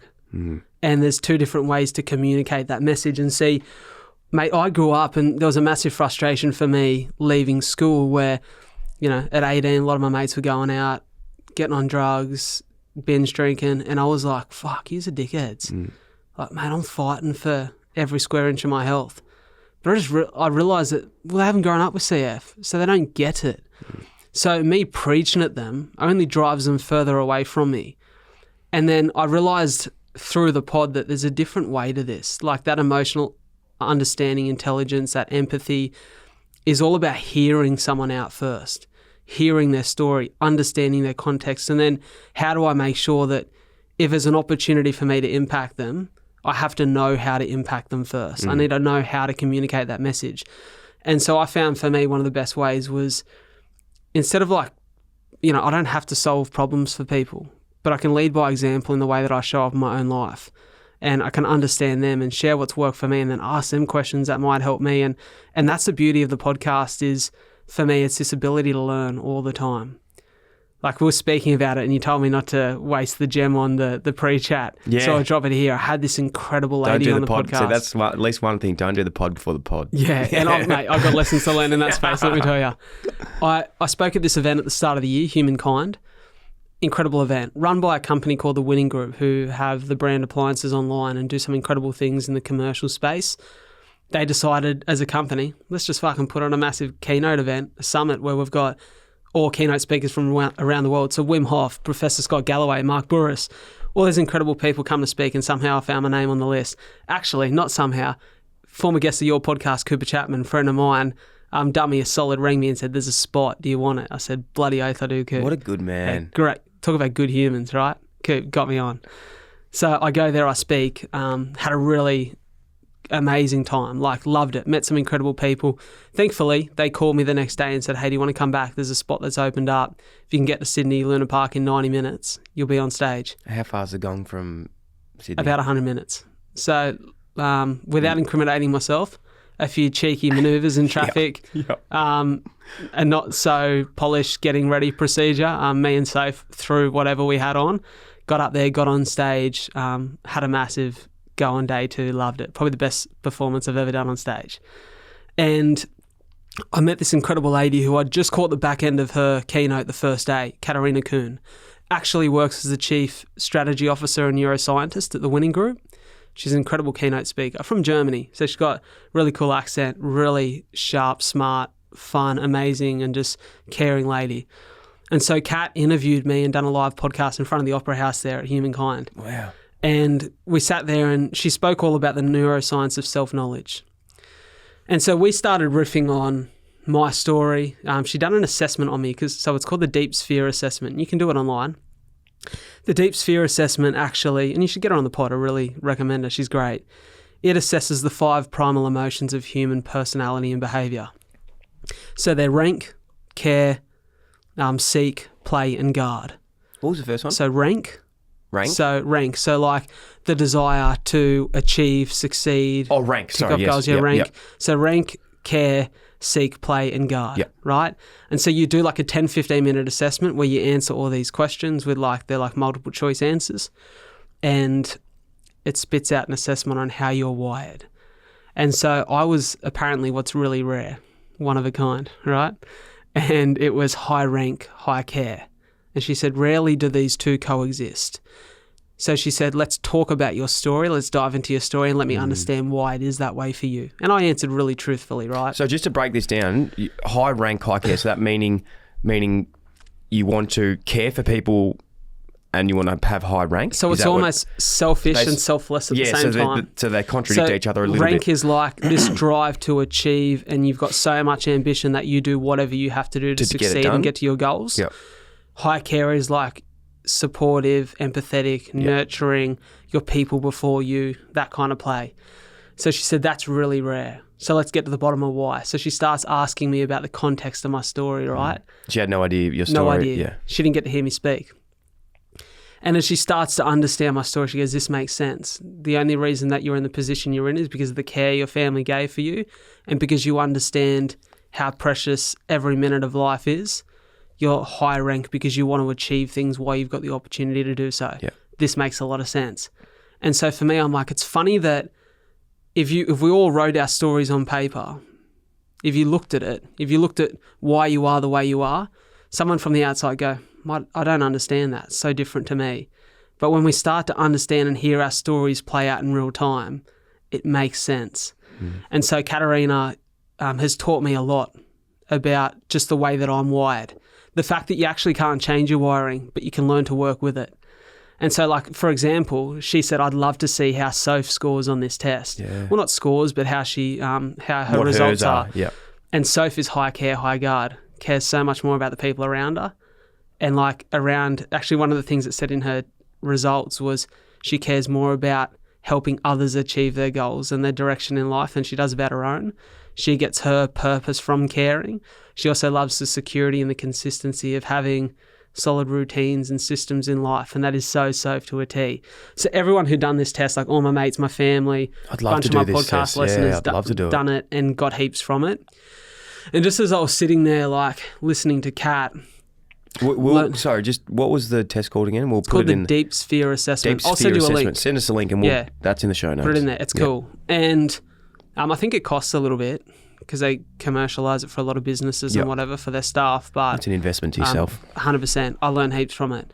And the interesting thing for me, I kind of almost forget where I was going with this, but like just incredible to learn the importance of story and the importance of our context. And so I've just loved every opportunity through the podcast over 3.5 years now. It's called A Lot to Talk About for anyone who's diving in. A lot to talk about because like I know that you've got a few contacts at Spotify because you're doing really well. I was lucky enough to get a reach out at the start of this year and they connected me with a few of the incredible people at Spotify. So you know Hannah from Spotify in Melbourne, Hannah Spenos. No. I seen one of your contacts on LinkedIn who, I think there's a little Dylan Friends billboard getting around somewhere in Melbourne. Prithvi? Yes, Ben, I met her. I met Yeah. Ben. I met a few of them up at an Leah. event in Sydney. Leah, I was Yeah. on a meeting with Leah Sarah. recently. Yeah. Sarah, yeah, they're all great, right? Yeah, fantastic. And one of the things that they said to me was, really helps to have a niche. Yeah, But I just niche don't have a down. niche, man. I- I'm such a unique cat. Like, Yeah. it depends what I hear. But that's your niche, you know? Like, yeah, for sure. So, you know what's really funny is like this whole podcast. And I think if you're starting a podcast, now, right? Yeah. Like if you're starting one today, niche is great because there is so much stuff So out much. there. So like I would definitely niche down, and what they say, you know, the niches are in the riches. Yeah. But it's really funny because for so long when I was coming through, people were saying the same thing to me about the niches and stuff. And then they'd go, oh, you know, I used to have this guy message me saying, you got to keep your episodes under 45 minutes.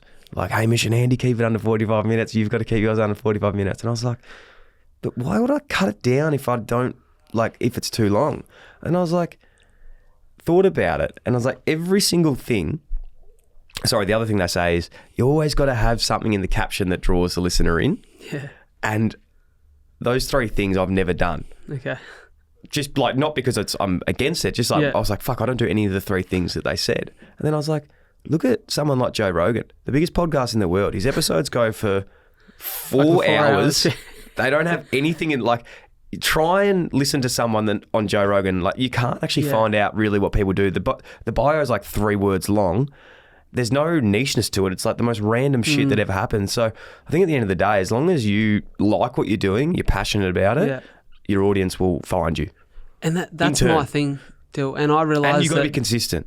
That's for the sure. That's the biggest thing, I The reckon. biggest thing is, I'll ask you this now, do you release the same time and day every week? Tuesday mornings. Every week? By 6 a.m. Good boy. every week. So that's all you need to do. Pretty much, it's the days has changed, but Yeah. it's pretty much been every week for 3.5 years. Good. Yeah, 100%. Like, we So do not never miss a week. never miss a week. Never eh? miss a time. It's got to be built into the routine. And to be honest, we talk about routines. The routine is as much for me and Darcy and everyone else for our lives as it is for the listener. For sure. So, like, how do you expect people to be in a routine if you're not in a fucking routine? Like, 100%. It's actually more important for me to go, I need to get this done. Yeah. Monday we release this. Thursday we release the minis. This week I haven't slept because I was so sick early in the week. I was like, I didn't get a mini done this week, and it's really been playing on my mind. Like, you fucking missed it. You missed a Thursday, you fucking dickhead. Like, you know, that negative self-talk. But I'm also like, come on, mate, it's been 5 years. Like, just relax. Like, you can miss 1 week. But then I'm like, nah, you fucking bitch. Why did you miss that Thursday? 1 week is going to breed that complacency. I'm like, everyone's going to hate. No one's going to listen anymore. You fucking flog.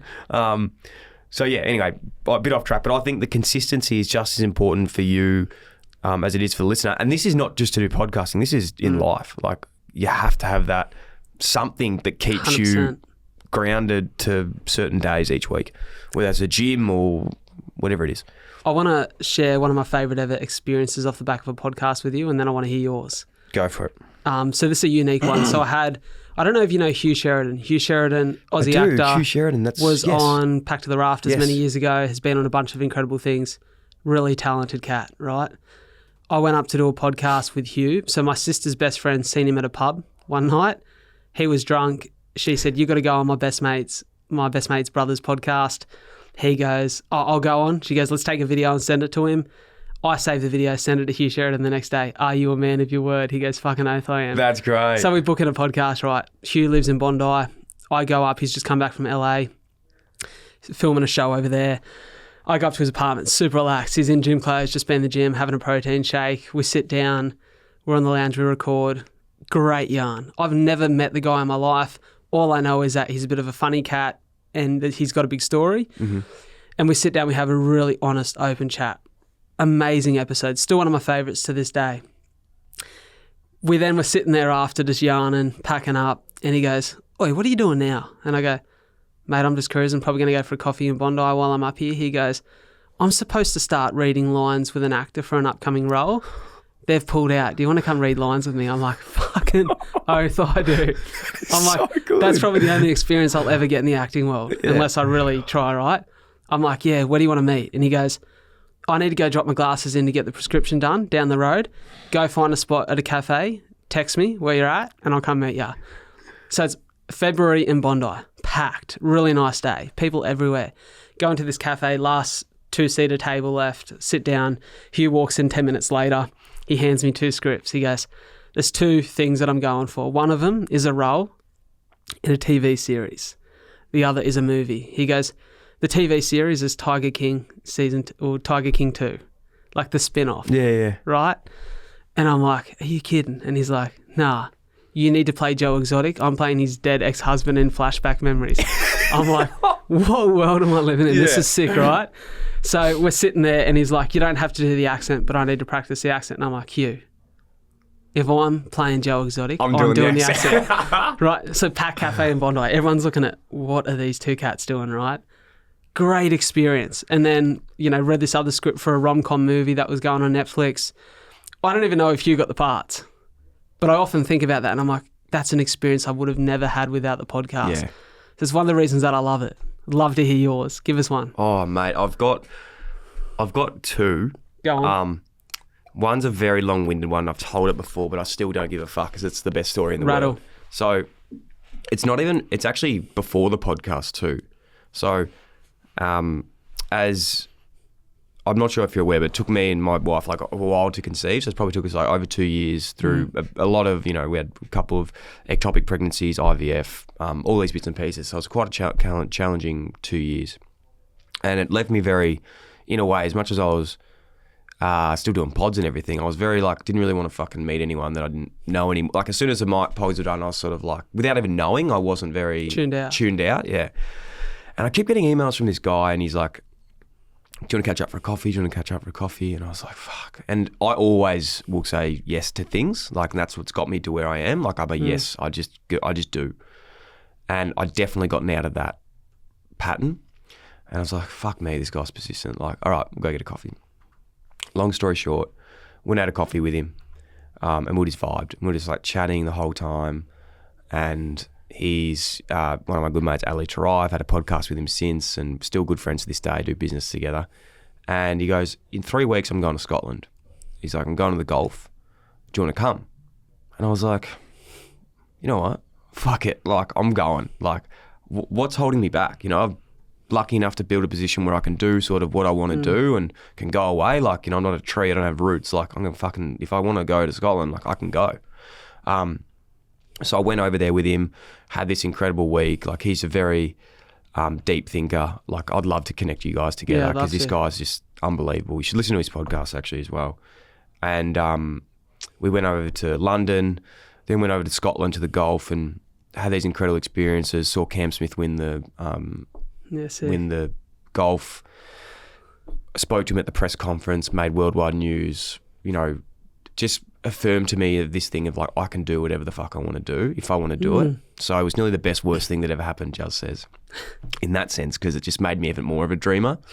So I had this incredible week. And when I was over there, I was like, this overarching thing in the back of my head was like, fuck, I've left Juz at home. Like, I want to get her over here. She needs a break as well. So I called her and I was like, you need to get over here. Like, get the fuck out. I don't care what it costs. Like, when you're overseas and you're like, let's just wanderlust, like whatever. Yeah. I was like, get on the flight. She's like, I don't have a passport. I was like, go and get your passport fixed. So it was like on a weekend, she had to like go get it done and it would take 2 weeks. She somehow got it done in a day, expressed, got on a flight that night. We met in Greece, had this incredible 2 weeks in Greece, just had the best time ever, holidaying, exactly what she needed just to like get away and have fun and share this incredible experience together. Come home, 4 weeks later, she's pregnant. Fuck, how's that? So it's just like one of those things of like, similar of like, just saying yes to some random fuck. I always say to Ali, like, thank fuck I got coffee with that weird bloke because like that just wouldn't have happened, like saying yes to going overseas. That's crazy, isn't it? It's a crazy You know one. what, I have to say too, I want to thank you for sharing so vulnerably as you have done in a bunch of episodes now on the journey to getting your little man because for me, so I have to go through IVF if we have a baby because of CF. Yeah. So in CF patients, in 99.9% of CF patients, the vas deferens doesn't develop in the male. So I could have hopefully, touch wood, have really healthy sperm. Soph could have the healthiest eggs, but I just can't transport the goods. Yeah. And so we have to go through IVF and... Can you use your sperm though? Yes. Yes, so that's because... It's Sorry, just, you keep going. so the vas deferens just hasn't developed. So the sperm doesn't get transported.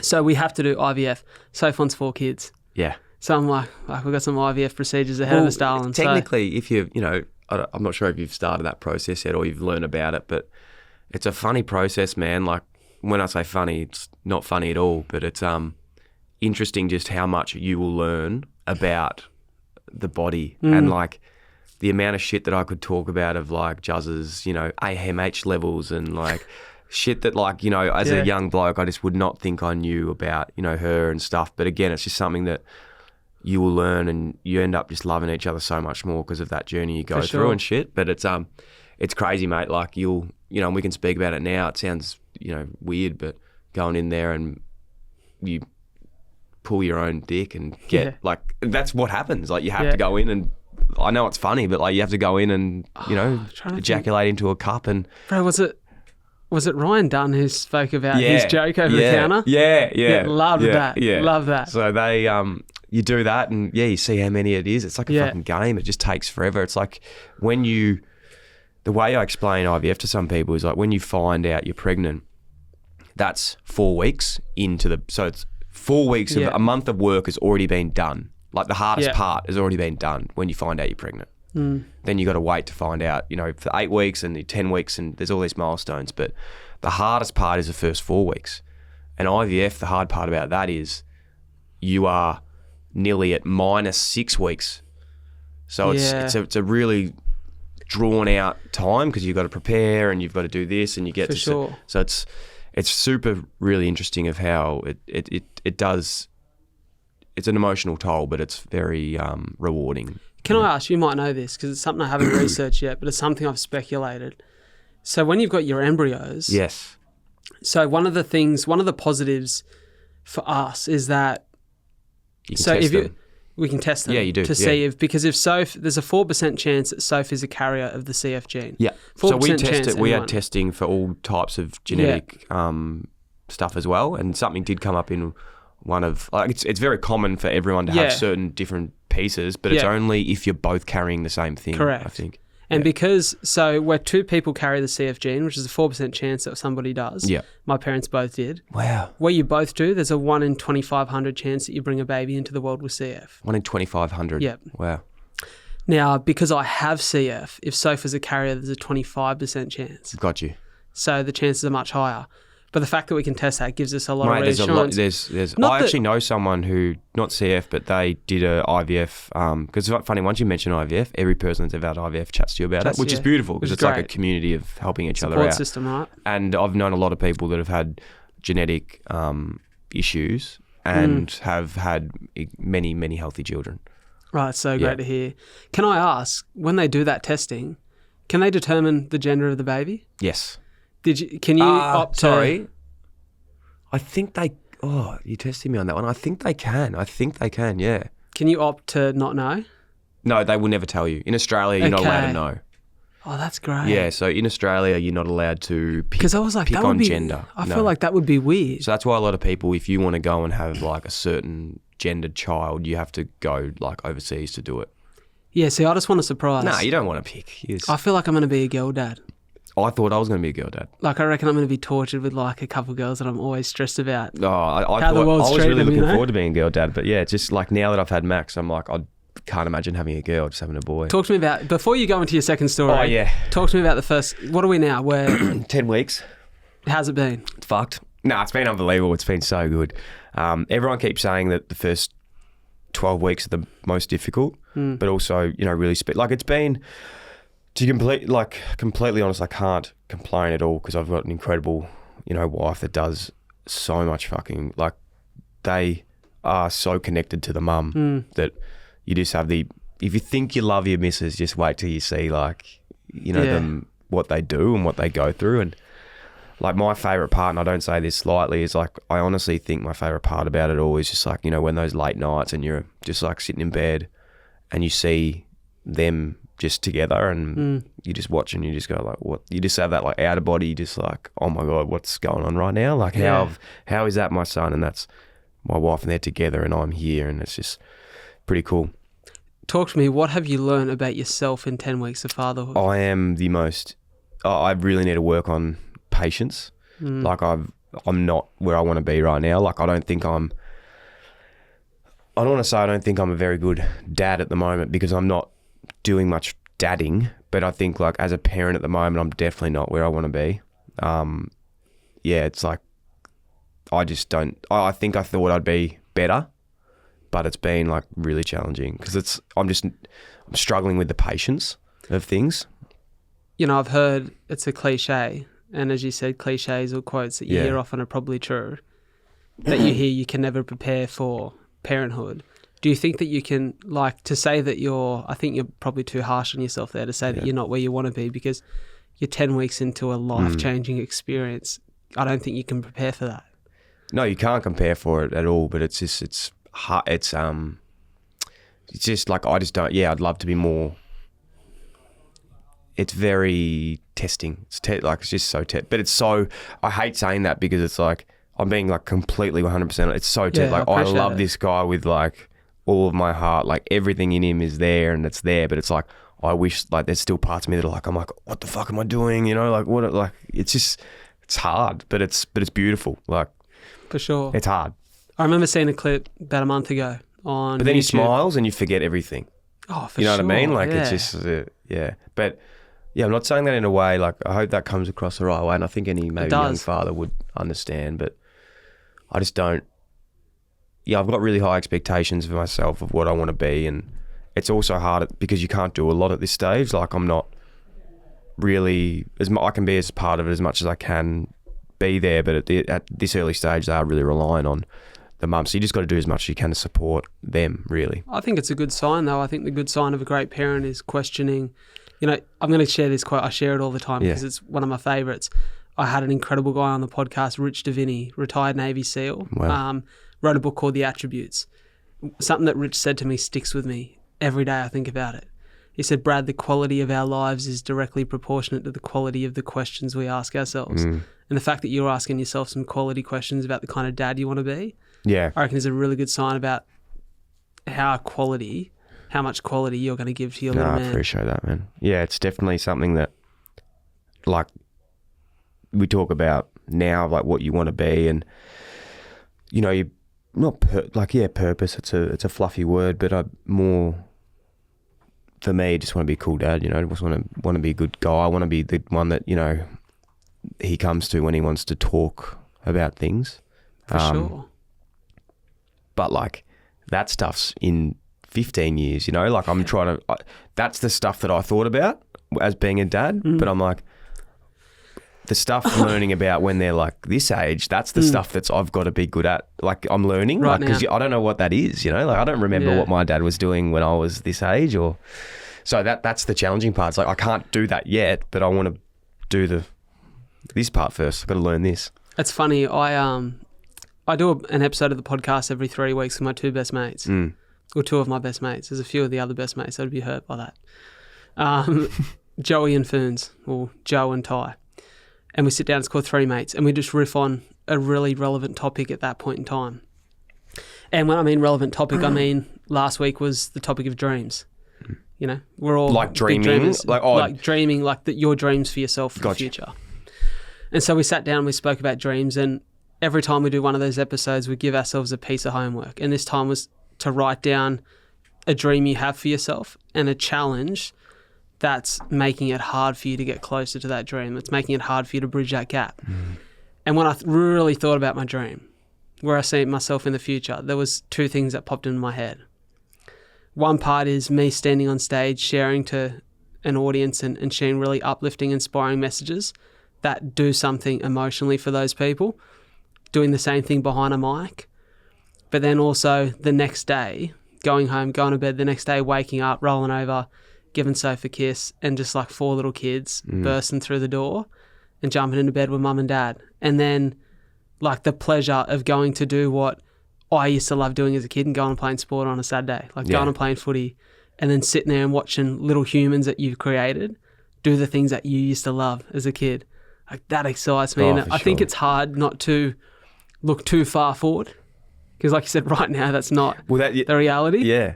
But it's exciting. It is, and that's exactly the point. It's like for me that I have done that so many times, especially when it looked like it was never going to happen.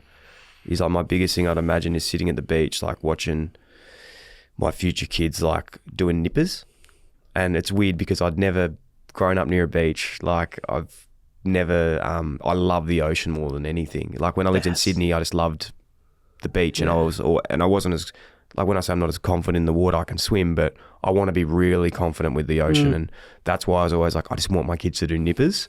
Yeah. So for me, that was always like, that imagery for me was watching them run out of the water. But at the moment, you know, he's not running. He's there with me, just holding him. So yeah, it's like this period wasn't something that I had visualized for so long. So I suppose for me, it's like the impatience to not, I don't want to get to that point right now because you don't want to wish away the time, but it's almost like harnessing it all. And it's an evolution, man. It's so crazy. But the fucking human body is it's just incredible, which is, another episode in itself.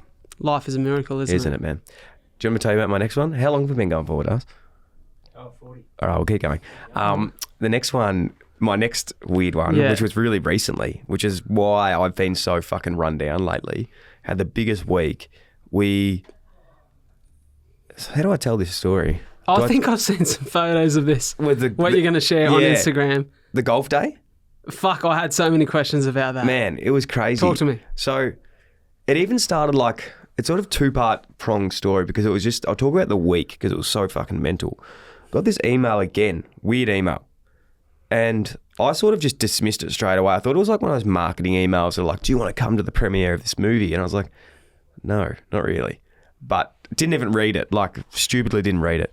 Then Zach was like, did you see that email? That was said, do you want to come to a movie premiere in the Philippines? So we were like, what the hell? So long story short, worked with this awesome brand, Snack Drawer and Netflix and Will, the team. We've got to shout them out because they're just the coolest people ever. And they flew us over to Philippines, had this awesome trip over there. And yeah, it was awesome. Like, saw Chris Hemsworth, all this shit. So again, it was just one of those things like, say yes, work it out later. Was it Extraction 2? Extraction 2. I've seen the outfit. Have you seen Good it? choice. Yeah. Haven't the outfit? Yeah. Outfit. Good choice. Horrific. I haven't watched it, no. Before we went on that trip, we did a podcast with Ali Day, who is like, speak of people you meet on an app and you just vibe. Like, he's just a cool dude, man. Like, just a nice, genuine guy. Like, I done an app with his movement coach, Taylor Cecil. There you go. Great man. Is he from Gold Coast as well? Yeah, one of those like guys who speaks in philosophy. He's a fucking stoic, that guy. Okay, we'll have to. Yeah, we'll have to cross over. We'll have to do that. Exchange digits. Anyway, so we're having this chat with Ali Day and just loving everything. Like, just love this guy. He's just a cool dude and really just genuine cat. And at the end of the episode, he's like, "Oh, I'm going to Mick Fang's golf day. Are you going?" I was like, "No, but I'd love to." And he's like, "Oh, mate, I'll send an email. See if I can get you in." So we went on this trip, got back with I had a few like missed calls while I was over there from numbers, but I was like, I never really answer calls if I don't have the number saved. Mm-hmm. So to anyone out there, always just send a message or leave a voicemail, because like I just hate that feeling of answering a phone not knowing who it is. If it's like, I don't know who it could be, telemarketer or something. Anyway, get back. Had this email from this girl message from a girl named M. She's like, "Hey," this was Thursday, so I've come home for one day. She's like, "Hey, I've been speaking to Ali, got his email, been trying to contact you. Do you want to come to Mick's Golf Day tomorrow? We've got your flights booked. You got to fly out at 6 a.m, get back at midnight on Friday." And I was like, oh my God, fuck, like, I've got to do it again. So I said to Jazz, like, "I'm sorry, I've just been away for a week. She's been with Max. I'm bound for a day, left. And then, went on the trip, flew up, had the most incredible day, just met some awesome people. Also met some like really, really cool, had some just awesome conversations with people about potential work to do in the future, and met some awesome brands and great times. And I was just like, again, without just saying yes to that and putting yourself in that situation, that opportunity wouldn't have sort of come up. Love that. From that, I've been couch ridden for a week because I've just been so fucking run down. But again, sometimes you got to pay the price of a bit of a flu after pushing yourself too hard. Good things cost. Good things cost, yeah. You know, it's funny. I was just thinking then, we've gone on this tangent from like probably an hour ago. Yeah, when are we going to start the podcast? When are we starting the episode? This isn't the episode. I think we're just talking. We'll get into it soon. We're just flowing, mate. This is pre-chat. I have to say, I love this. Like, for me, like, sharing stories like this, bouncing, learning about people, it's the best. And as a listener, like, I I'm not just a creator of podcasts or a guest on podcasts. I listen to a lot of podcasts. Yeah, I that's love cool. it. Like, I love it. And just because I love that story element, it's the best when you just hear people riffing, having a good time. Yeah.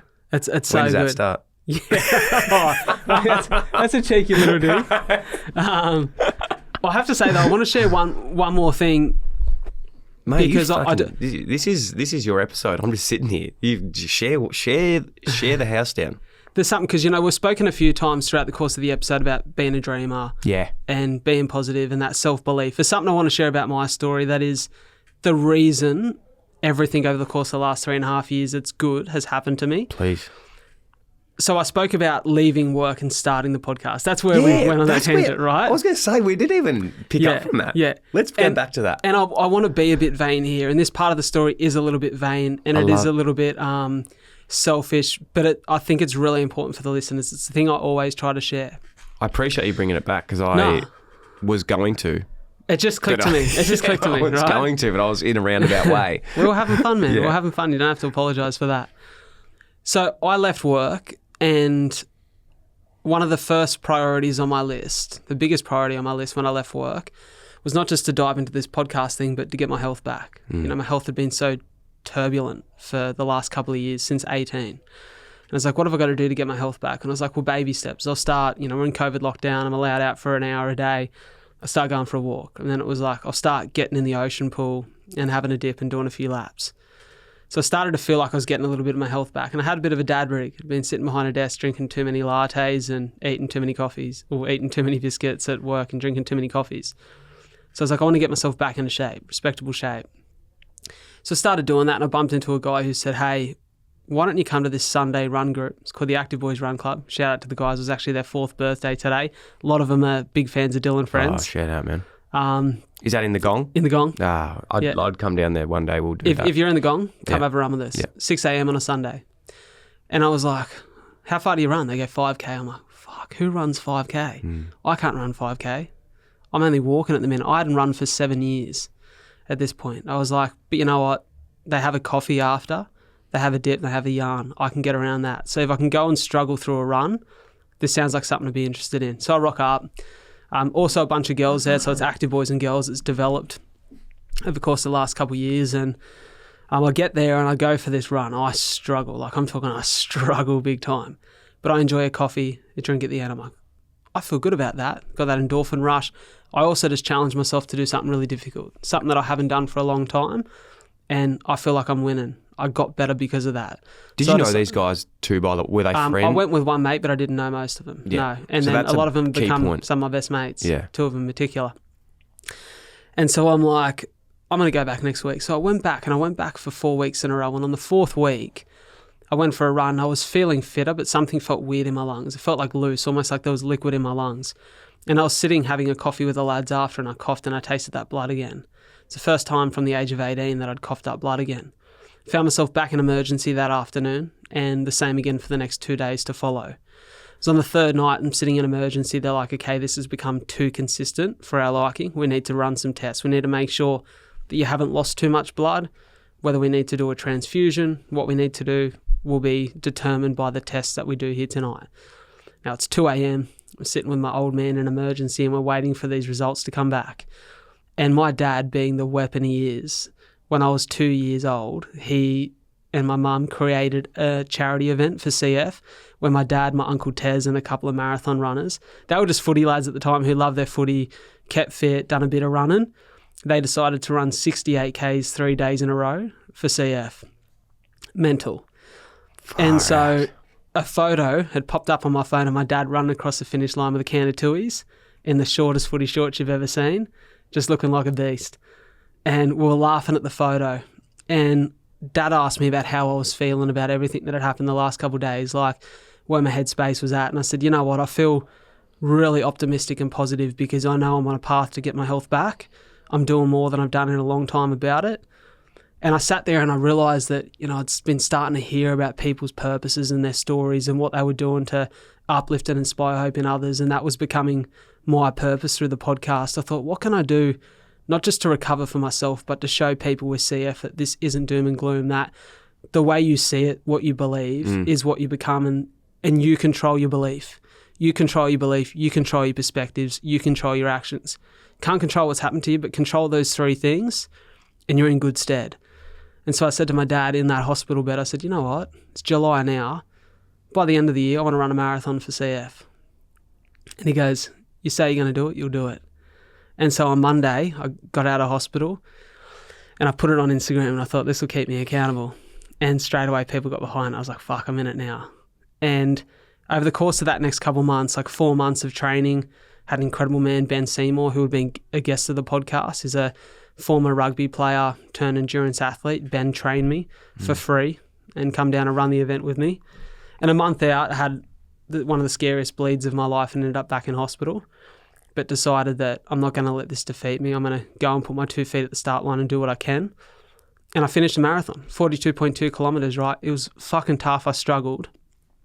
But the reason I wanted to share this message is because at the finish line, when I crossed that line, it was the most important thing I'd ever done in my life. Because how often in life do we get challenged by things and we let it define us? How often are we told that we can't do things, or we're told that we shouldn't be a dreamer, that we shouldn't have these high hopes or expectations for our life? So we just blend in. It's like we just become one of the sheep, and it's fine. Go do things that are comfortable, have some comforts in your life, but I think you've got to challenge yourself and you've got to know what you want. You've got to know who you are and ask yourself the question of, who am I, what do I want from my life, and how do I get there?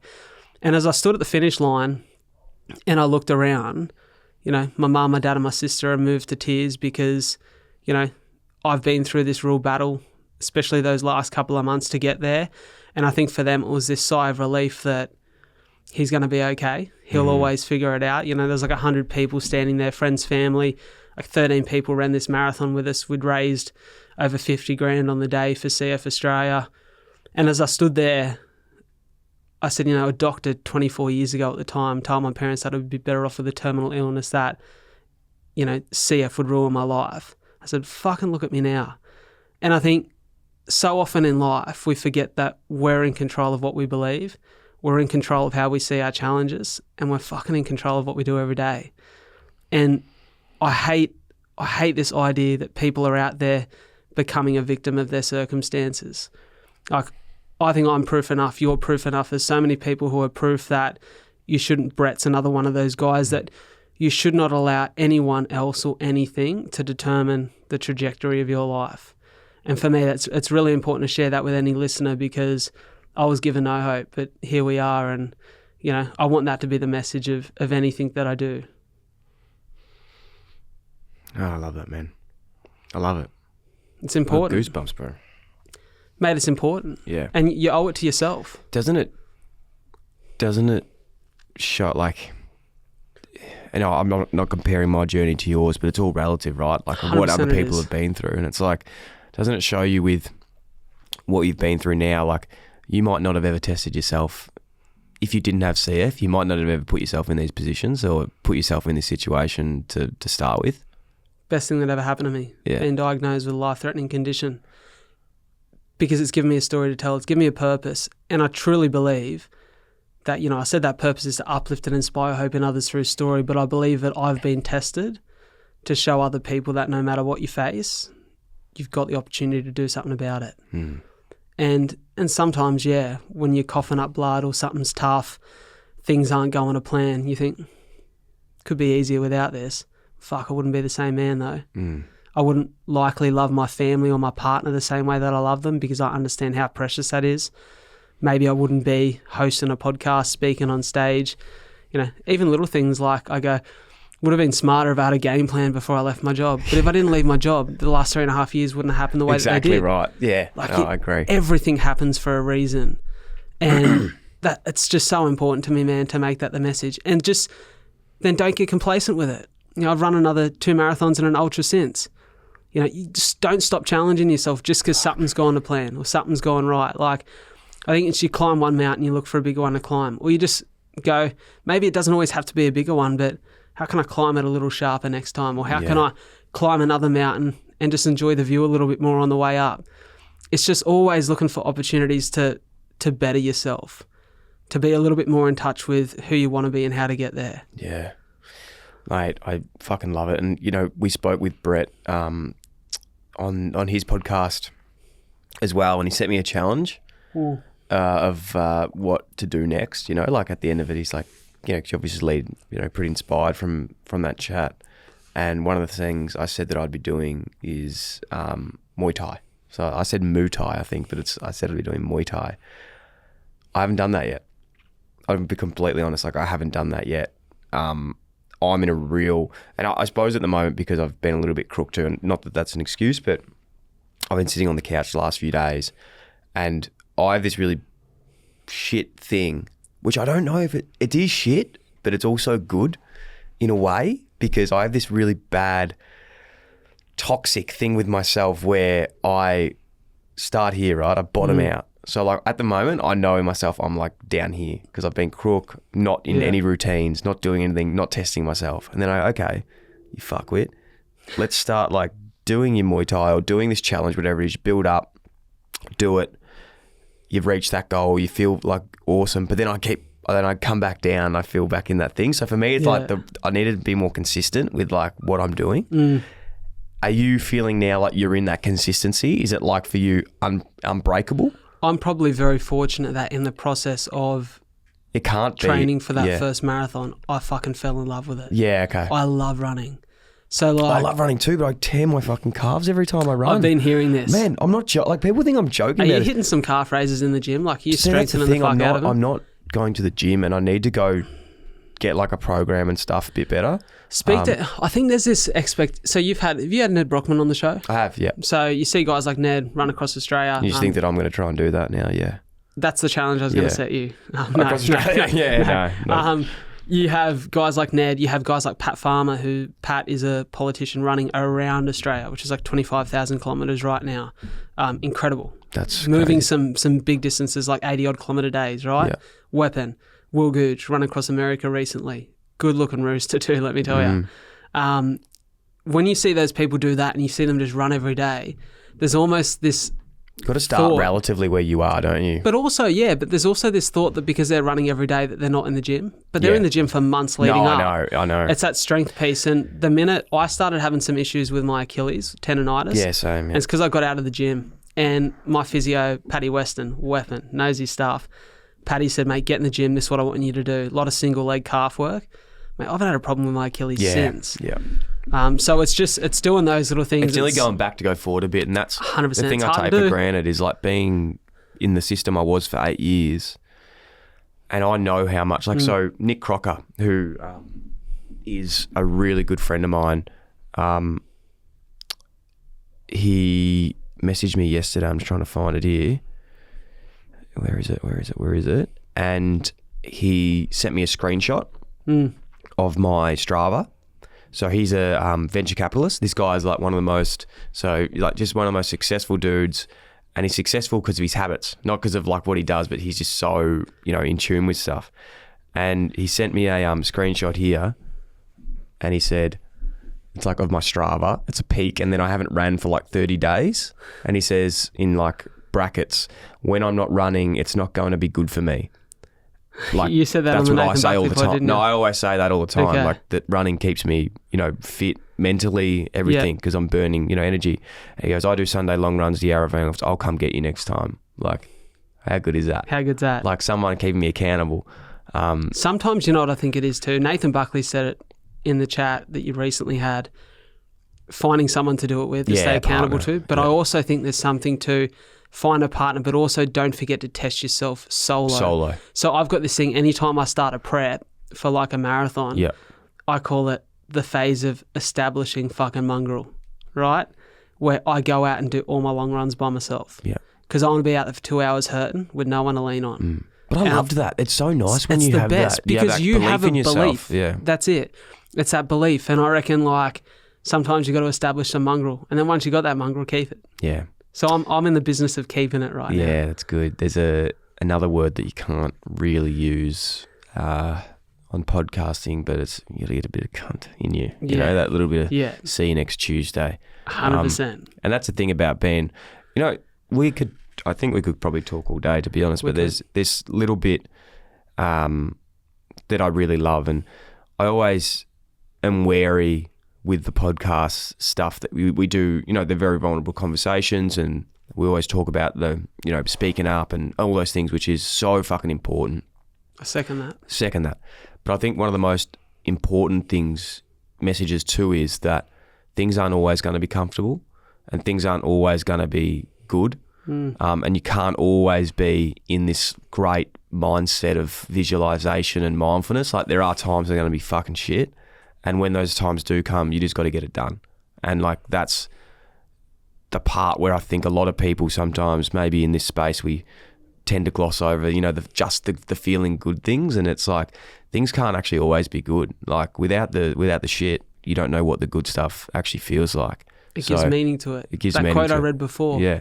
It's not even certain that we want happiness or absence of misery. We just want an adventure. And that adventure, which is life, which is the ups, the downs, the cruisy moments, the flow, the peaks of the mountain, the absolute trough of the valley, all of that is a part of the adventure. It's what makes it what it is. It's what makes you who you are. And that's why I wouldn't have it any other way that I have cystic fibrosis. It makes me who I am. Makes me a bit of a tough cat. Love it, man. Tough in the sense that probably got a lot of mates that could put me on my ass. Yeah. But tough that I'll always get back up. Yeah, 100. And that resilience piece you can develop. And people think that resilience is something, it's God-given. Oh, it's not. No, it's learned. We've all got resilience, but you can develop it. And it's that process of developing it. That's that establishing mongrel. That's that getting a little bit of see you next Tuesday in you, where you have that resilience that you can get knocked down, you can get up, you can keep moving forward. And in moving forward, you have this undeniable proof that I don't just have this idea of who I want to be. I am that person. I am moving in that direction. I'm moving in the direction of my goals, in the direction of my dreams, aligned with my purpose. And that's a good place to be. I can't speak for you on this a bit, but like some people might view that of you or us, and I'll tell you right now, like, in my head, like, I always think I am this relentless fucking beast, and I know that I'll get through anything. I know deep down, but it's still fucking hard to do it. You know, when you have resilience, it doesn't mean that it's not hard. It just means that you've got the belief you'll get through it. It's still fucking hard, unfortunately, and it still sucks. You know, you said before when you shared that thing about emotional intelligence that we think it's I'm this or I'm that. Yeah, it's both. Sometimes it's both. Mate, I'm sitting on the lounge, and if I'm watching Pursuit of Happiness, when Will Smith says to his son, don't ever let anyone tell you who you can't be in this life, I'm fucking shedding tears. Yeah. I watched Blindside last week, cried 4 times. Yeah. Sandra Bullock gets me every time. I'm like, I'm good still role. an She plays emotional. a good role there. Great role. Yeah. Mate, when that scene, What's I've watched her that name movie again? like In that? Leanne Toohey. Leanne Toohey, yeah. So I watched that the other day, right? Just a feel-good movie. When Michael Orr walks into that room and he goes, I've never had one of these before, and she goes, a room to yourself, and he goes, a bed. Yeah. I just turned away straight away from all my family. Oh, yeah. And I'm, lips quivering, like, in betweeners when Jay gets the quivering lip. Like, yeah. my lips quivering, tears, just on sweatiest eyes. Oh, yeah. And I turn around and my partner's safe and she's crying too. And I'm like, just because you're a vulnerable cat doesn't mean you can't be a tough bastard when you need to be. Yeah, I love that. I like to play both roles. Range. Exactly. Just quickly on that movie, one more scene I like is when they unfortunately crash the car. Yeah. And they're like, oh, but if an airbag hits a kid like this, he's going to die. Yeah. And then they go over to Michael and he goes, I blocked it. Yeah. And then you're like, oh, okay. Yeah. He blocked it because he loves him, yeah. but he also blocked it because he's going to be a star. Yeah, that's what he's meant to do. Yeah. 98% in protective instincts, right? Yeah, 98% on protective instincts. Great movie. Cracker. Great movie. Quickly, what's your favourite movie? Secret Life of Walter Mitty. Oh, great movie. Surely you love that movie. I love that movie, but mine would be Catch Me If You Can. There's no analogies in that. That's just a good movie. Yeah, there is. What? Be a smart cat. Yeah. Be a smart cat. I will say probably top 5, Catch Me If You Can. I just like the story behind it because it's real. Yeah. How good's the scene where he's got they're in the hotel room together with the wallet. So it's good. Just and he just plays it cool. Oh, Tom Hanks is up there. Leo's up. Leo's big up there. Matt Damon's. Is he in Good it too? Will Hunting. Is Matt Damon's not in it, but Good Will Hunting. Great Good Will movie. Hunting is just cracker. Yeah. You know, unbelievable. That's I the sent last it to scene Soph of the when other day. him and Robin Williams are together and they're like talking about things and he's like, I've got to go see about a girl. He's like, you know that part where Robin Williams goes, motherfucker stole my line. Do you know That's improv, hey? that wasn't meant to be Yeah. in the film? Yeah.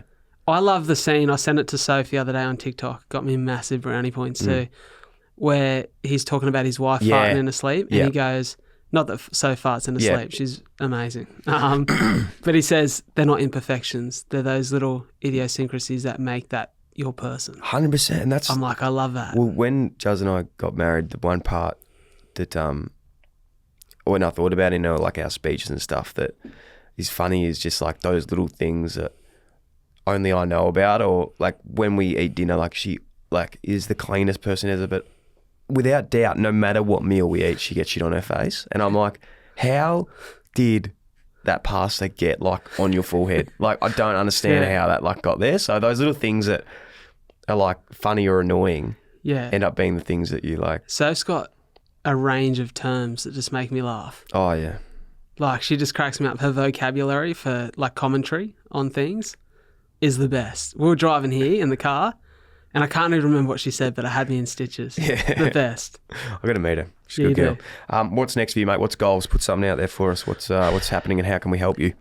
Mate, the next thing is just to continue to develop a sustainable career in this space. Yeah. So what does that look like? Just consistent bookings, podcast sponsorships? Yeah. Especially the speaking stuff, the keynote stuff. Yeah. Like, so is that like schools? Is it universities, corporates? A lot of corporates. Yeah. A lot of corporates. Yeah. And probably the frustrating thing for me, if I can toot my own horn, has been getting like, I went and spoke at Humankind, was voted by the staff as one of the best speakers of the week. Yeah. I'm there with people who charge, it was a not-for-profit event, so we all done it for free. Yeah. But I'm there with people who charge $50,000 to be on stage. Yeah. And I'm like, how do I convert that to consistent bookings? How do I convert really good feedback It'll to come, man. getting consistent bookings? So that's the challenge for me at the moment. If it's a challenge, it's an adventure that I'm up for. Continuing to develop the pod. I love the pod. Been doing it for 3.5 years without making anything from it, which for me is undeniable proof that it's something I love to do and will continue to do regardless. So just continuing to be consistent in those spaces, creating more life, more adventures with the person that I love, with the people that I've got surrounded. I've got, great mates, great family. I'm very lucky and looking after my health. Our next health goal is Soph wants to run a marathon around September, October. So I'm going to be stride for stride with her, shouting some positive affirmations and boosting morale, which when she's in the hurt locker, she hates it, but I love it. It's so good, man. And then probably try to do something where I test my pace a little bit at the end of the year, maybe a faster half or something like that. I think a little bit, maybe sometimes my ego likes longer, further, bigger, better all the time. Maybe a little bit more quality is what I'm aiming for at the end of the year. Okay. So, mate, I'm in a great space. I'm just enjoying living life, waking up with a smile on my face, living aligned with my purpose, meeting great cats like yourself and Das, and just living, man. Nah, man, I appreciate it, bro. I think, as I said, like I was being sort of down and out this week. Not down and out, but I've been a bit flat just because I've been a bit crook and been busy, but I was a bit nervous. I was like, fuck, I really hope that I can perform today. I haven't never needed to do anything. You've absolutely strapped me onto your shoulders and carried it through. So, mate, I don't know about that. It's been incredible to get to know you, man. And I say this not lightly, but it's not going to be the last time we see each other. I hope anyway. So love to have you a part of the community. Love to get you back in whenever you're around town. And I'm going to make it a part of my goal to help you succeed as much as possible. Not because I like you, but I do. But just because I actually genuinely feel like people need to hear your messages. I appreciate that. And if you're out there and you've got a business and you're not paying Brad bulk coin to come out, I'm going to kick your fucking door in. So the enforcer. He's here. Yeah. He's here. Which is cool. So you don't want to answer that, mate. No, you don't want to answer that. If you don't have him on the books and you hear that, don't answer. No, do not answer. So mate, it's been really cool to get to know you today. I feel like we're already here. And big shout out to Das for getting it all organised too. And to Das, before you close the camera off, I want to say to you, mate, thank you so much for what you do, because it's people like you who have paved the way for the next lot of us coming through. And I've personally derived a heap of inspiration from you in what you do behind the mic, in your life journey.